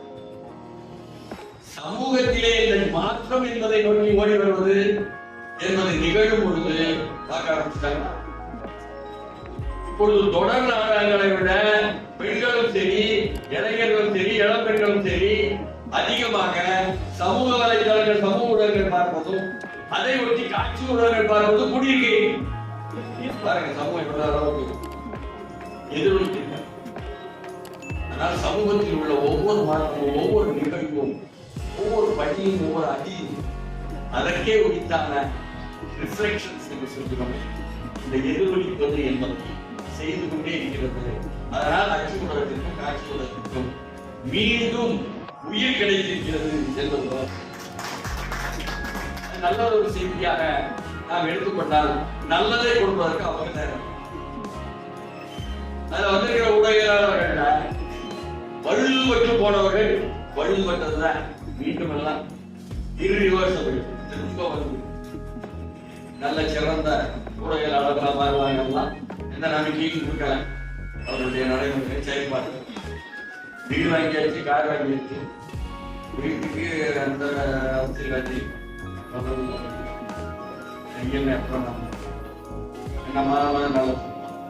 கார் வாங்கியாச்சு. இந்த அரசியல்வாதி மிகச்சிறந்த ஊடகங்களா என்னோட பணியாற்றினவங்க. அப்புறம் போய் அந்த அரசியல்வாதி வீட்டுல போய் ஓகே 3 மணி நேரம் உட்கார்ந்து சிறந்த அறிவாளிகள், சிறந்த பக்குவமான எழுத்தாளர்கள் அல்லது ஊடகவியலாளர்கள் கெட்டு போன வரலாறு செய்தது என்பது நீங்க என்னுடைய கட்சியாளர். நான் முதலில் சுட்டி காட்டிய அந்த மெரினா ஜல்லிக்கட்டு ஆனாலும் சரி, தமிழ்நாடு நடந்தும் சரி, அதனுடைய தொடர்ச்சி தானே ஸ்டெர்லைட் இருப்பினும் 1.5 லட்சம் பேர் இறக்கி வேலை செய்தாங்க, இளைஞர்கள் தலைமை தாங்கினாங்க. அவர்கள் பக்கத்தில் இருந்து எந்த வன்முறையும் கூடாது என்பதாகத்தானே அவர்கள் ஈடுபட்டார்கள், திட்டமிட்டார்கள். உங்களுக்கு தெரியுமோ தெரியாத, எங்களுக்கு தெரியும். என்னால் அவரோட நாங்கள் பங்குபட்டோம். வன்முறை என்பது வெளியிலிருந்து, அரசு தரப்பில் இருந்து கொண்டு வரப்பட்டது. அதையும் உடைத்து அதுக்கு பின்னால் என்னெல்லாம் நான் கற்றவே எழுதினேன், பேச தெரியும். இங்கிலாந்து நாட்டின் அரசாங்கம் வைக்கிறது இவங்க எடப்பாடி மோடின்னு நான் தெரியும். ஒவ்வொன்றும் உலகமயமாக்கலில் இந்த வேதாந்தா என்ற ஸ்டெர்லைட்டினுடைய முதலாளி லண்டன்ல போய் அங்க வந்து குடிமகனாக இருந்துருக்கு, அங்கிருந்து செய்யறாரு. அவருக்கு அங்குள்ள ஆளுங்கட்சி ஆதரவாக இருந்தது. அவருக்கு எதிராக தொழிலாளர் கட்சி இன்னைக்கு ஆட்சி வந்திருக்காங்க இருந்தாங்க. இப்படி வரலாறுலாம் வந்து போன போயிட்டு நாங்களும் எங்கள் பங்குக்கு இன்டர்நேஷனல் லெவல்ல சர்வதேச ரீதியாக ஈட்டி கொண்டிருக்கக்கூடிய அமைப்புகள் மூலமாக தோட்டக்கட்டணங்கள் மூலமாக பொங்கோட்டி அங்கும் கூட பங்குதாரர்கள் மத்தியில் அவர்கள் செய்த மாசுபடுத்தல் என்பதை கற்பித்து உடைத்து விட்டார். இப்படியெல்லாம் செய்யணும். ஒவ்வொரு உங்களுடைய உள்ளூர் பிரச்சனைக்கும் உலகளாவிய உறவுகள், காரணங்கள், ஊடாடங்கள் இருக்கிறது என்பதை கண்டுகொண்டு அதற்கு தகுந்தாற்போல் உரிமைக்கான ஒவ்வொரு எழுச்சியையும் உலக அரங்கிலும் கொண்டு போய் அங்கும் கூட தனிமைப்படுத்த முடியும். சாதாரணமாக தொழிற்சாலை 8 மணி நேரத்திலிருந்து வேலையை 12 மணி நேரம் ஆகுமோ அப்படின்னு சொல்லிட்டு ஒரு கட்சியில இருந்து சொன்னாங்க. உடனே அவருடைய கூட்டணி கட்சிகளிலிருந்து எதிர்பார்க்கிறதால மறுபடியும் இதான் நமக்கு தெரிஞ்ச செய்தி. இதற்கு முன்னால் என்ன நடக்கு,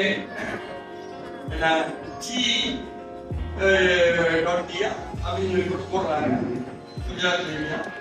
அங்க தென்கொரியாவில் இருந்து வரக்கூடிய பிரதிநிதி சொன்னா 12 மணி நேரம் பாருங்க. இங்க உள்ள நிறைய சட்ட விதிகளை மாற்றுங்க. லேபர் இதுக்காக கேட்டா, இங்க ஹூண்டாய் இருந்தா எங்க ஊர்லயும், இங்க போர்டு இருந்தா எங்க ஊர்லயும் தொழிற்சங்கம் தொடர்பு வைக்கிறாங்க. இங்கே நீங்க போறாங்கன்னா இவங்க ஒடுக்கப்பட்டா, இவங்க ஓரம் கட்டப்பட்டால், இவங்களுக்கு முறையான தொழில் கொடுக்காம நசுக்கினார்கள் சொன்னால், நடவடிக்கை எடுத்தார்கள் சொன்னால், முன்னோடிகளை தொழிற்சங்கங்களை வழிவாங்கினார்கள் சொன்னா உடனே அங்க ரிஃப்ளெக்ட் ஆகுது. அங்க உள்ளவங்க உடனே ஒரு நாள் போராட்டம் நடத்திட்டா இங்க இந்தியாவில் போய் மூலதன இப்படிலாம் செய்தியா கேட்கு உடனடியாக இல்ல இல்ல சொன்னா இல்ல கிடையாது, அங்க லேபர்னால இப்படி எல்லாம் இருக்கு இந்தியாவில் தொழிலாளர் சட்டத்துல அது அமலாக்க மாட்டேங்க நீங்க அப்படின்னு அங்குள்ள முதலாளியை கேட்கலாம். அங்குள்ள முதலாளி முதலாளித்துவ நாடுகளில் அங்குள்ள தொழிலாளி தொழிற்சங்க வரலாறு போது கேட்கும்போது அவன் பதில் சொல்லாமல் தவிர்க்க முடியாது. நம்ம ஊர்ல போலீஸ் இருந்தாங்க. அதுக்கு ஆட்சியாளர்களுடைய அதிகாரத்தினுடைய முதலமைச்சருடைய என்ன உதவி எல்லாம் தேவையில்லை. மக்கள் பற்றி கொடுக்க எல்லாம் கவனம் அப்படித்தானே நடத்திட்டு. இதனாலதான் முதல்ல இந்தியாவுடைய லேபர் லாவையே மாத்தணும்னா நம்புறேன். எங்க ஊர்ல இல்லாத தலைவலியாக இருக்கு எங்களுக்கு. இந்தியாவில் உலக ரீதியா எல்லாம் பின்னி பிணைந்து இருக்கக்கூடிய ஒரு சந்தை பொருளாதாரம் என்று வந்தவரை நாம் கணக்கெடுத்துக் கொண்டு தொழிற்சாலை தொழிலாளர் உரிமை என்பதில் கேள்விப்பட்டு ஈடுபடாவிட்டாலும் கேள்விப்பட்டு வந்தவர்களாகத்தான் இங்கு வந்திருக்கக்கூடிய அணிதர்கள் ஈடுபடும். எனவே தொழிலாளர்களுடைய தொழிற்சாலை இதையெல்லாம் ஆழமாக எடுத்து சொல்வதற்காக இருக்க வேண்டும் என்பதை காட்சி அதுதானே மக்கள் மாற்றத்திற்காக. அப்படி ஒவ்வொன்றிலும் சரி, ஒவ்வொரு துறையிலும் சரி, மாற்றத்திற்காக இருப்பதை எடுத்து சொல்வது என்பதற்கு நாம் செய்யக்கூடியதான் ஆக்கப்பூர்வமாக இருக்கும் நமது அரங்கங்கள். அதுதான் இன்றைய இளைஞர்கள் இருக்கும். இளைஞர்கள் வர்றோம் அப்படின்னு சொன்னதுனால இளைஞர்கள் வர மாட்டாங்க. நாங்க எங்க கட்சி மிஸ் பண்ணிட்டோம். நாங்க எங்க கட்சியில ஒண்ணு உருவாக்கி இருக்கோம். அதனால நம்ம ஊர் பிள்ளைகளெல்லாம் வந்து ஒரு கூட்டம் நடத்தினோம் அப்படின்னு யாராவது முயற்சி எடுத்தாங்கன்னா, ஒரு ஆர்ப்பாட்டம் போட்டாங்கன்னா அந்த கட்சி தலைமை மறுபடியும் மாவட்ட செயலாளர்கள் மாவட்ட நிர்வாகிகள் சின்ன பையன் பின்னாடி இருக்காங்க அவங்க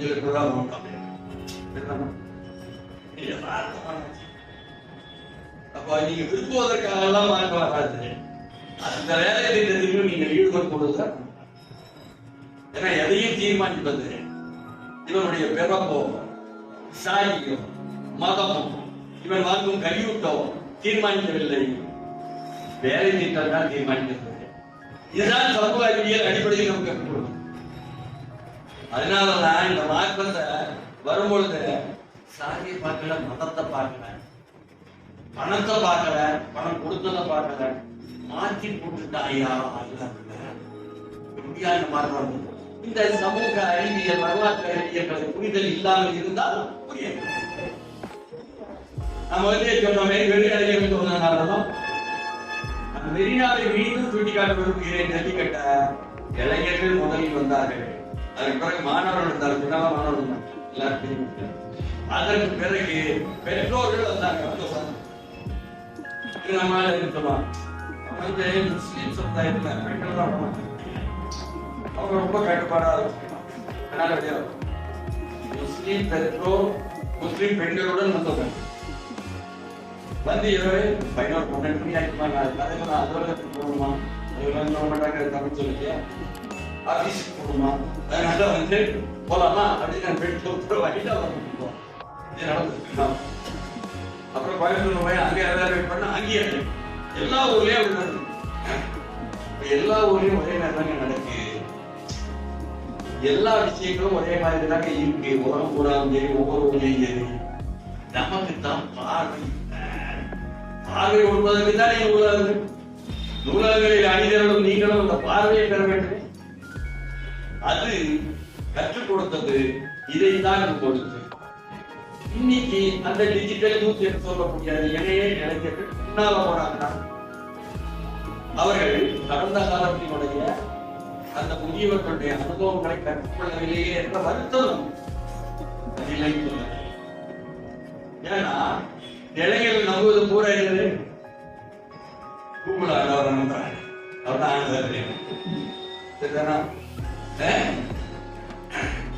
ஆண்டவர் யாரு அப்படின்னு கேட்டா முப்பேர் கருணாநிதி ஸ்டாலின் சொல்லணும்.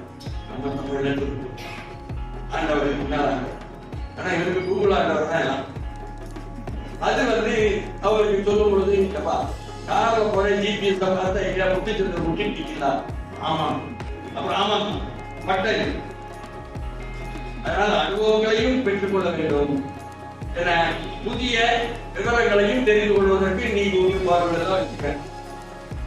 வேற விஷயம் கற்றுக்கொள்ள தெரியும். நான் எல்லாமே சரியா இருக்க முடியாது. தப்பான செய்தியில நிறைய ட்வீட் பண்ணிட்டீங்கன்னா அதுக்கு காரணம் என்னன்னா மனிதன் உருவாக்கியது கல்வி. மனிதன் கல்வியை கையாள வேண்டும். கல்வி மனிதன் கையாள நடக்கும். ஆடகக்காரல வண்டியில ஏறினார். அவர் ஜிபிஎஸ் போட்டார். அந்த லேண்ட்மார்க் அதையே பார்த்துருந்தா ஆமா சார் சென்னைக்குள்ள நடமாடும் போத கல்வி மனிதனை கையாள. மனிதன் தான் கல்வி. இப்படி ஒவ்வொன்றுக்குள்ளையும் நாம் உள்ளே புகுந்து பார்த்து உடைத்து பார்த்து ஒவ்வொன்று கற்றுக்கொள்ள தொடங்கினால், கற்றுக் கொடுக்க தொடங்கினால் அந்த இளைய தலைமுறை என்ன நினைக்கணும்? புது விஷயமா இருக்கு, பண்ணாங்க. முதல்ல அவனை அங்கீகரிக்கிறோம். அதுக்கு நம்ம அங்கீகரித்து நீங்கள் தான் இந்த நாட்டினுடைய முன்னோடிகள். ஜல்லிக்கட்டு விஷயத்துல என்ன நடக்கும்? ஜல்லிக்கட்டு பெருநாடு கொண்டது எல்லாருக்கும் தெரியும். 5 நாள் முன்னால, ஒரு வாரம் முன்னால முதல்ல வந்து இந்த வாட்ஸ்அப்ல எஸ்எம்எஸ் எல்லாம் போட்டு ஒரு கூட்டம் நடக்கும். அதே அதுக்கப்புறம் 3 நாள் கழிச்சு ஒரு பெரிய மனித சக்தி நடக்கும். இதே ஜல்லிக்கட்டு சரி நம்ம ஏரியா பக்கம் தானே மனித சக்தி பரவாயில்ல இருக்காங்க. ஒரு மகிழ்ச்சியில துள்ளல்ல போயிட்டு போனா அந்த மனித சக்தியில போய் கை கொடுத்தோம். எல்லா இளைஞர்களும் சரி ஊருக்கு தெரிந்த முகம், அதாவது நம்ம சொல்லக்கூடிய கருத்துக்களை காட்சி பற்றி நான் 23-25 ஆண்டுகளாக சொல்லிக் கொண்டிருக்கிற கருத்துக்களை கேட்கிறானோ இல்லையோ, அந்த ரிமோட் கண்ட்ரோல திருப்பும் போது இந்த மூச்சு அடிக்கடி பார்த்த மூச்சு தான் கருத்தெல்லாம் கிடையாது. இந்த மூச்சிய அதுக்கு பேர் என்னது? பிரபலம். ஆங்கிலத்துல செலிபிரிட்டி. மண்ணாங்கடி செலிபிரிட்டி நம்ம நினைப்பதெல்லாம் விளையாடாம காட்டுவோம். அதெல்லாம் வச்சு ஆனா அவங்க முகம் நல்லா இல்ல, கருத்து போச்சு. இந்த இளைஞர்கள் ஆர்வமாக போராடுறது பண்ண இளைஞர்கள் அவங்க வந்து நான் விளங்கிட்டேன். எல்லாம் வரக்கூடாதுன்னா நீங்க என்னடா பிரபலம் இங்க வந்து கிளைம் பண்றீங்க? கிரெடிபிலிட்டி தூக்க போறீங்களா? நாங்க கூட்டுறோம் அப்படிங்க. அதனால நான் உளவியல் ரீதியா அதை உடனே விட்டுட்டு ஓட முடியாதுல்ல.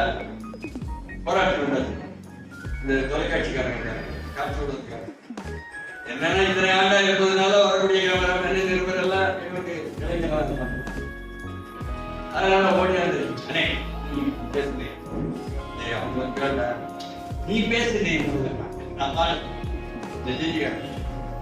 பார்த்தேன். இது இளைஞர்கள் நடத்தும் மனித சக்தி. இளைஞர்களுடைய உலகம் தான் இது. நாளைய உலகம் இந்த இளைஞர்களுடையது. அவர்கள் தீர்மானிக்கிறார்கள் ஜல்லிக்கட்டு கூடாது என்று எழுதி வந்திருக்கிறார்கள். அவர்கள் எதிர்பார்ப்பது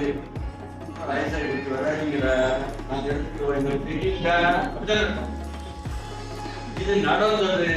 ஜல்லிக்கட்டு தொடங்கியவுடன் பெரியாவுக்கு தொடங்கும் பொழுது அதே பெரியாவில் முதல் நாளே நடிகர் பார்க்கணும் சார், போயிடுங்க சார், உங்களுக்காக தான் வந்துச்சு, நாளைக்கு ஊடகம் அவன் நான் தான் தலைவனை எவ்வளவு அறிவிக்காம இளைஞர்கள் அப்படியே கைபேசி மூலமாக எல்லா செய்தியும் அனுப்பி அதை ஜியோ டவர் போட்டு பயன்படுத்தினாங்க வேற விஷயம். அதனால அப்படி அவர்கள் வந்திருக்காங்க. இவ்வளவு நாங்க கவனம் எடுத்து செய்தோம். இங்க வந்து பார்த்து நடிகர் வந்தாரு, அதனால கூட்டம் வந்துச்சு. அடுத்த நாள் அரசியல் அறிவிப்பு வந்தாரு, நடிப்பாட்டில் இருந்தாங்க. அப்போ அந்த இளைஞர்கள் நம்பவில்லை. இதுவரை நடந்து முடிந்த சமூகத்தினுடைய போக்கை அவர்கள் விரும்பவில்லை. மாற்றை எதிர்பார்த்துத்தான் அந்த இளைஞர்கள். நீ சொல்லிக்கிட்டு அவசியம் இல்லை, தொகுப்பை சொல்ல தெரியுமா? சொல்ல தெரியும், செய்ய தெரியல. ஒவ்வொரு செயலிலிருந்து கற்றுக்கொள்ள நமக்கு தெரியுதா அந்த அறிவு. அப்படி சொன்னதுனால நான் அந்த கூட்டம் போடும்போது லட்சக்கணக்கான பேர் போகவே இல்லை, உள்ள போகல. அவனே சொல்லிட்டாங்க, காட்டிட்டாங்க. அது டைம்ஸ் ஆஃப் இந்தியாக்காரன் கேட்டா என் பேர் நான் சொன்னேன். அங்க வந்து லண்டன்ல கூடிய இளைஞர்கள் எல்லாரும் 1 லட்சம் பேர் பொண்ணா ஒருத்தர் வந்து பார்க்கவே இல்லை, ஈழத்தான். ஆனா அதுக்காக போரை நிறுத்து போனான். இங்க ஜல்லிக்கட்டை யாரும் பார்க்காத இளைஞர் லட்சக்கணக்காக பண்ணிட்டேன். அதனால அவர்கள் கோரிக்கையை உருவாக்கி இருக்காங்க. அவர்கள் நேரடியாக பார்த்து அனுபவிச்சு செய்யல. அப்படி இளைஞர்கள் வந்து வந்துச்சு. ஆனாலும் கூட நான் ஏற்கனவே சொன்ன மாதிரி சிபிசி 40 பேருக்கு பக்கத்தே இருக்கவங்க போட மாட்டாங்க, ஏற்கனவே நம்ம வரல இருந்தாரு அப்படின்னு. இப்படியாக நாம் வந்து இதை வந்து கவனித்து சரியாக எடுத்துக்கொண்டு செல்லக்கூடிய ஊர்திதான் அச்சு ஊடகம், காட்சி ஊடகமாக இருக்க வேண்டும். அதை பல பத்தியிலும் பரிமாறிக் கொள்வதற்கான இடங்களாகத்தான் நூலகங்கள் இருக்க வேண்டும்.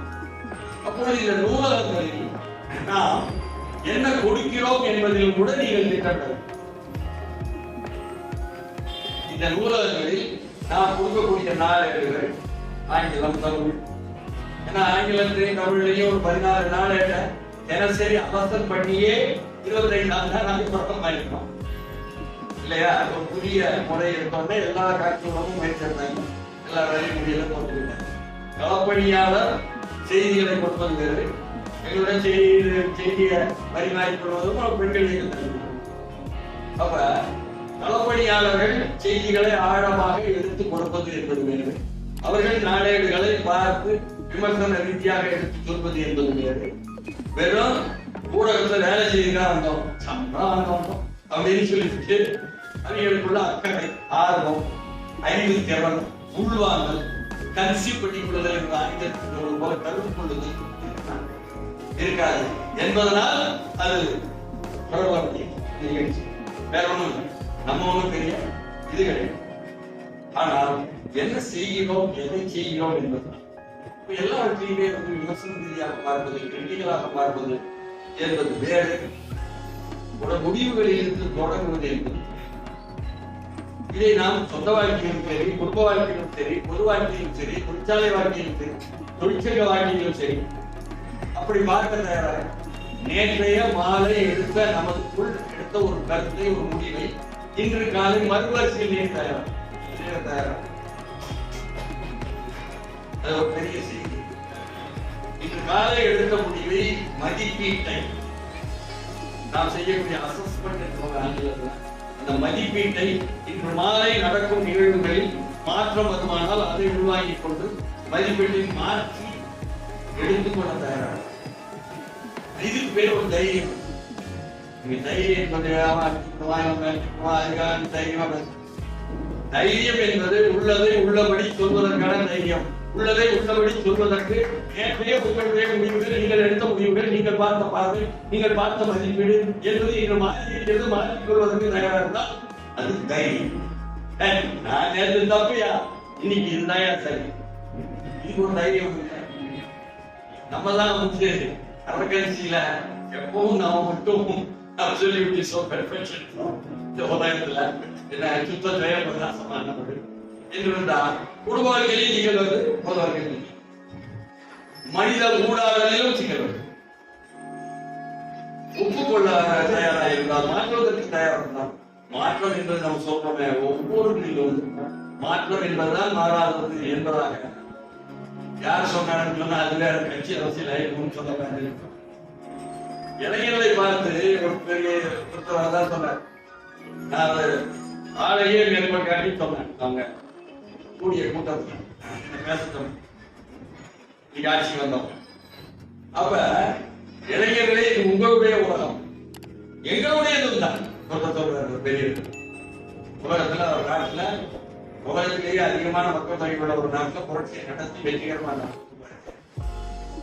எங்களுடையது தான். ஆனால் இறுதி ஆய்வு உங்களுடையது இளைஞர்களே. இன்னும் முன்னும் உள்ளாங்க ஒரு பேரெல்லாம் சொல்லிட்டு நாங்க கட்சி நடத்தோம் அதெல்லாம் உள்வாங்கினாயா, அதை பயன்படுத்தினாயா என்பதானே. ஏன்னா நாங்க வந்து கிரிட்டிக்கலாவே பார்த்து நீங்கெல்லாம் கொஞ்ச நாள் இருக்கும்போது பொதுக்குழு நடத்தும் போது நான் தலைவராக இருக்கும்போது கிரிட்டிக்கலா இருக்கும். 76,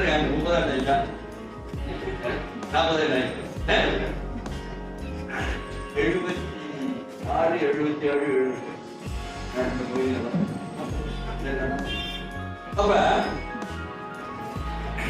ஒவ்வொரு செய்தியையும் நாம் பார்க்க வேண்டியது என்னன்னா, நமக்காக நாம் பெருமை தேடிக் கொள்வதல்ல, சமூகம் அடுத்த கட்டம் முன் செல்வதற்கு குறைந்தபட்சம் இந்த ராமபாரத்துக்கு அடியில் அளவுக்காக கொண்டு வரும்.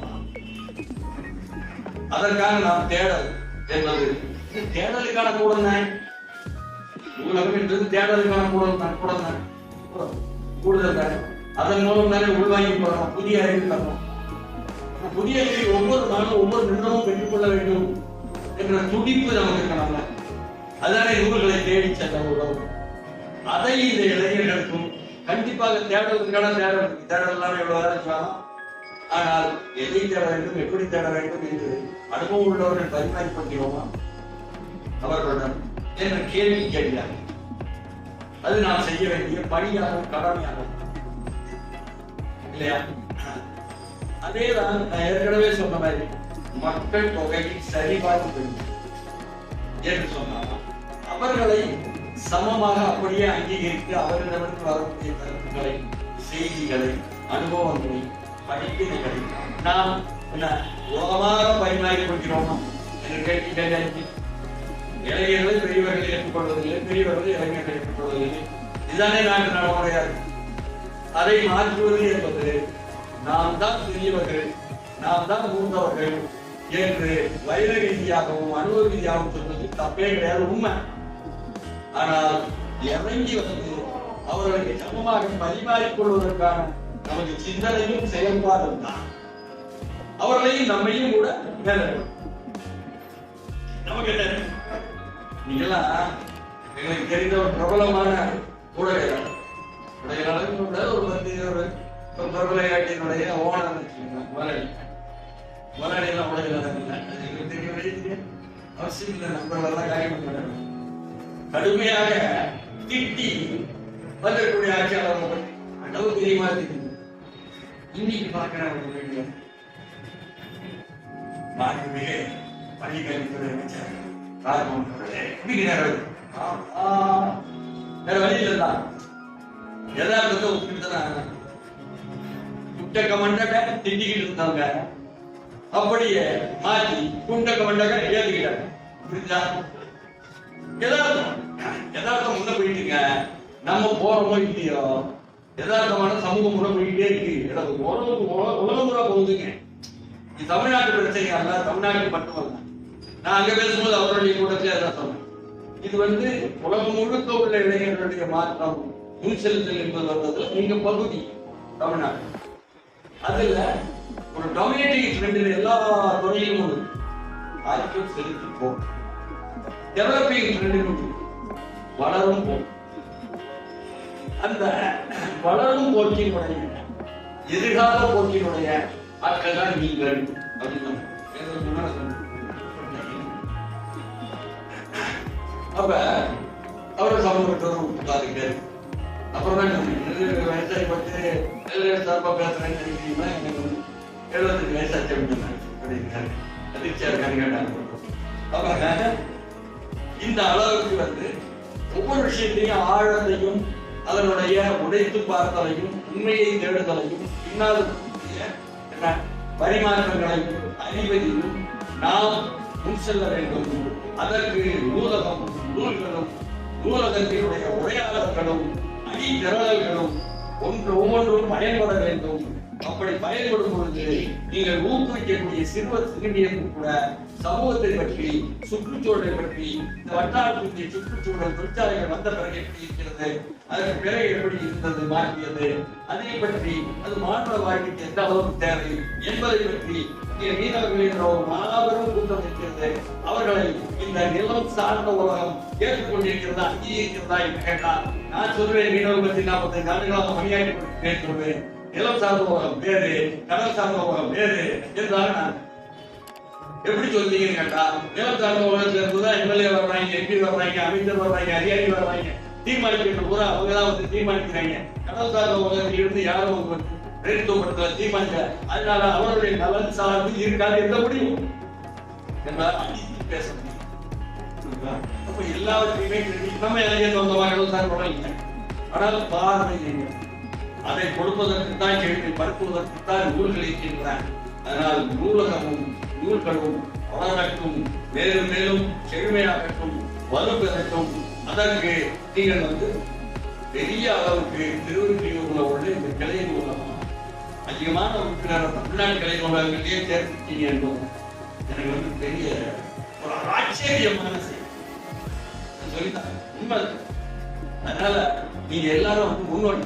நான் சொல்லுவேன், சென்ற ஆட்சியில ஐயா உதயநிதி ஸ்டாலின் அவருடைய தொகுதியில ஒரு நடமான நூலகம் வச்சிருந்தாரு. அதாவது சொன்னாங்க, அவர்களும் சொல்லல, சின்ன பிள்ளைங்களை ஒவ்வொரு தெரு பிள்ளைங்களும் இந்த வாகனத்தை கொண்டாந்து அவங்களை இதுல உறுப்பினராக சேர்த்து கேட்கிற நூலெல்லாம் அந்த நூல் கொண்டு போவாங்க. நாங்களும் பல நூல்கள் போட்டோம். இப்படி ஒரு மகத்தான வேலையை சந்தனமாக செய்ததை, பலமாக செய்ததை வெளியே சொல்லலாம், அளவீனமான சொல்லலாம். அது எப்படி வரும்? இது போன்று யார் என்பதல்ல, இந்த கட்சி என்பதல்ல, இந்த ஜாதி இல்லை, இந்த மதம் அல்ல, என்ன பணம் தீர்மானிக்கவில்லை, அறிவை தீர்மானிப்பது. அந்த கருத்துக்களும் பார்வையும் ஆழமும் அதை கொடுப்பதற்கான ஒரு இடத்தில் அணிதிரண்டிருக்கிறோம்.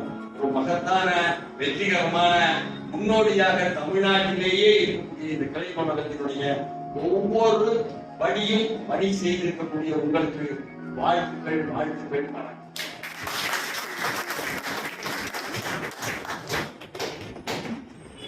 நன்றி ஐயா. இவருடைய தொடர்பு மறந்துவிட்டோம். நாங்கள் தொழிலாளர்கள், ஓய்வு பெற்ற தொழிலாளர்கள், எங்களுக்கு கொடுக்க வேண்டிய பென்ஷனை இந்த மத்திய அரசு கொடுக்கவில்லை. EPF 95 துரோகம் செய்து விட்டது. அந்த ஒரு நிகழ்ச்சியை காட்சி ஊடகத்திலும் செய்தி ஊடகத்திலும் தெரிவிக்க வேண்டும் என்று நாங்கள் முயற்சி எடுக்கும் போது எங்களுக்கு கண்ணுக்கு தெரிந்தவர் TSS மணி அவர்கள். அவரிடம் போய் சொன்னோம். அவரும் அந்த பணியை செவ்வனே செய்தார். அவருக்கு இன்று நாங்கள் நன்றியை தெரிவித்துக் கொண்டோம். அது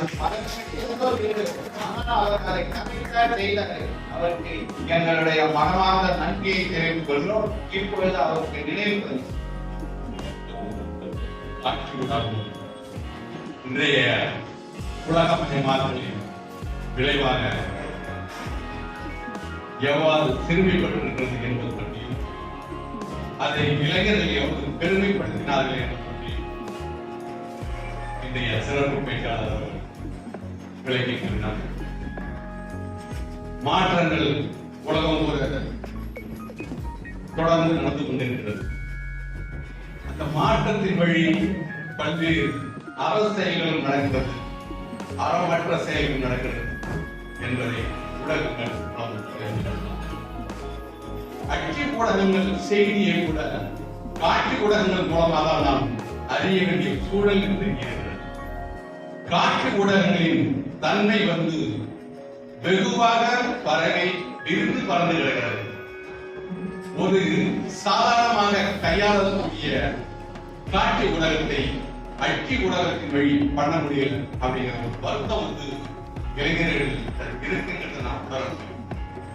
அந்த அச்சு ஊடகத்தின் காட்சி ஊடகத்துக்கான செய்திகள் வந்து தோழத்தில் பேசும்போது நிறைய சொல்லுவாங்க.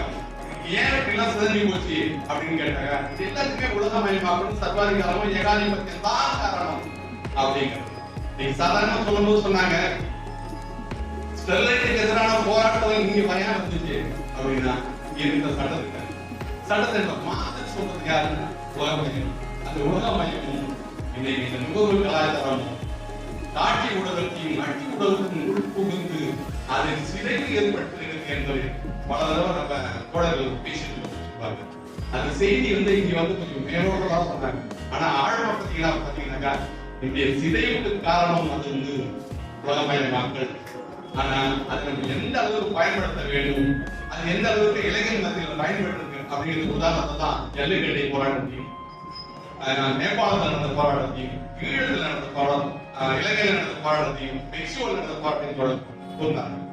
இதுல வந்து அறவழியா நடந்த போராட்டங்கள் வந்து நம்முடைய ஜல்லிக்கட்டு போராட்டமும் இங்கிலாந்து போராட்டம் இது எல்லாத்துக்குமே பேஸ் இளைஞர்களா இருந்தா கூட இந்த அறவழி போராட்டத்தை மையப்படுத்தியது வந்து காட்சி ஊடகங்கள் மட்டும்தான். அச்சு ஊடகங்கள் காட்சிப்படுத்தல. அச்சு ஊடகங்கள் காட்சிப்படுத்தாத காரணம் வந்து நீட்டிப்பு கால தேவை. இதுதான் வந்து அதை வந்து நீட்டிக்க செய்யறது. காட்சி ஊடகம் உடனடியாக மக்கள் மத்தியில் போய் சேருது. நீங்க செய்தியெல்லாம் தோழர்கள் பேசும்போது நிறைய சொல்லுவாங்க. இந்த செய்தியில் வந்து நேரம் கம்மாக்கி குறைச்சு சொல்லியிருக்காங்க. தோழர்கள் வந்து ஒரு சிறப்பான ஒரு பணியை செஞ்சிருக்காங்க. நூலகத்தில் மட்டும் இல்லை, சமூகத்திலும் பல்வேறு பணிகள் செஞ்சுட்டு இருக்காங்க. அதை பத்தி நம்ம தோழர்கள் சொல்லும் போது அவருடைய தலைமுறை வாழ்க்கை, அவருடைய இல்லற வாழ்க்கை எப்படி இருக்குது, அதன் தன்னை சமூகத்திற்காக தன்னை வந்து அர்ப்பணித்துக் கொண்ட ஒரு மாமனிதர் வந்து இந்த நம்மள்கிட்ட வந்து உரையாடுறாங்க. அந்த வகையில சிறப்பு பேச்சாளர் அவர்களுக்கு எங்களுடைய நூலகத்தின் வாசகத்தின் சார்பாக நெஞ்சார்ந்த நன்றியை தெரிவித்துக்கிறோம். அதே போன்று ஒவ்வொரு முறையும் வந்து புதிய புதிய வாசகங்கள் நீங்க வந்து தொடர்ந்து நிறைய பேர் வரணும். நீங்க மட்டும் இல்லாம உங்க நண்பர்களையும் அழைத்து வரணும் அப்படின்னு கேட்கிறோம். வழக்கமாக இந்த நிகழ்ச்சிக்கு வந்து செய்தி வழங்கிய தீவிர குடும்பத்திற்கும் நூலக பணியாளர்களுக்கும் குறிப்பா பாத்தீங்கன்னாக்கா கார்பன் நிகழ்ச்சியில் எம்மாறக்கூடிய தொழிற்சங்க தலைவர் பிரபாகரன் அவர்களுக்கும் அவங்களுக்கும் புவனேஸ்வரி வந்திருக்காங்க, வெண்ணிலா எழுத்தாளர் வந்திருக்காங்க. உங்களுடைய நண்பர்களையும் சொல்லி இந்த நூலகத்தை பற்றி ஒவ்வொரு மாதம் 3வது சனிக்கிழமை நிகழ்ச்சிக்கு பரவலாக செய்தி வந்து உங்கள்கிட்ட கேட்டுவிட்டு வந்திருந்த உங்கள் அனைவருக்கும் வாசகத்திற்கு சார்பாக நன்றியை தெரிவிக்கிறோம். அடுத்ததாக தேசிய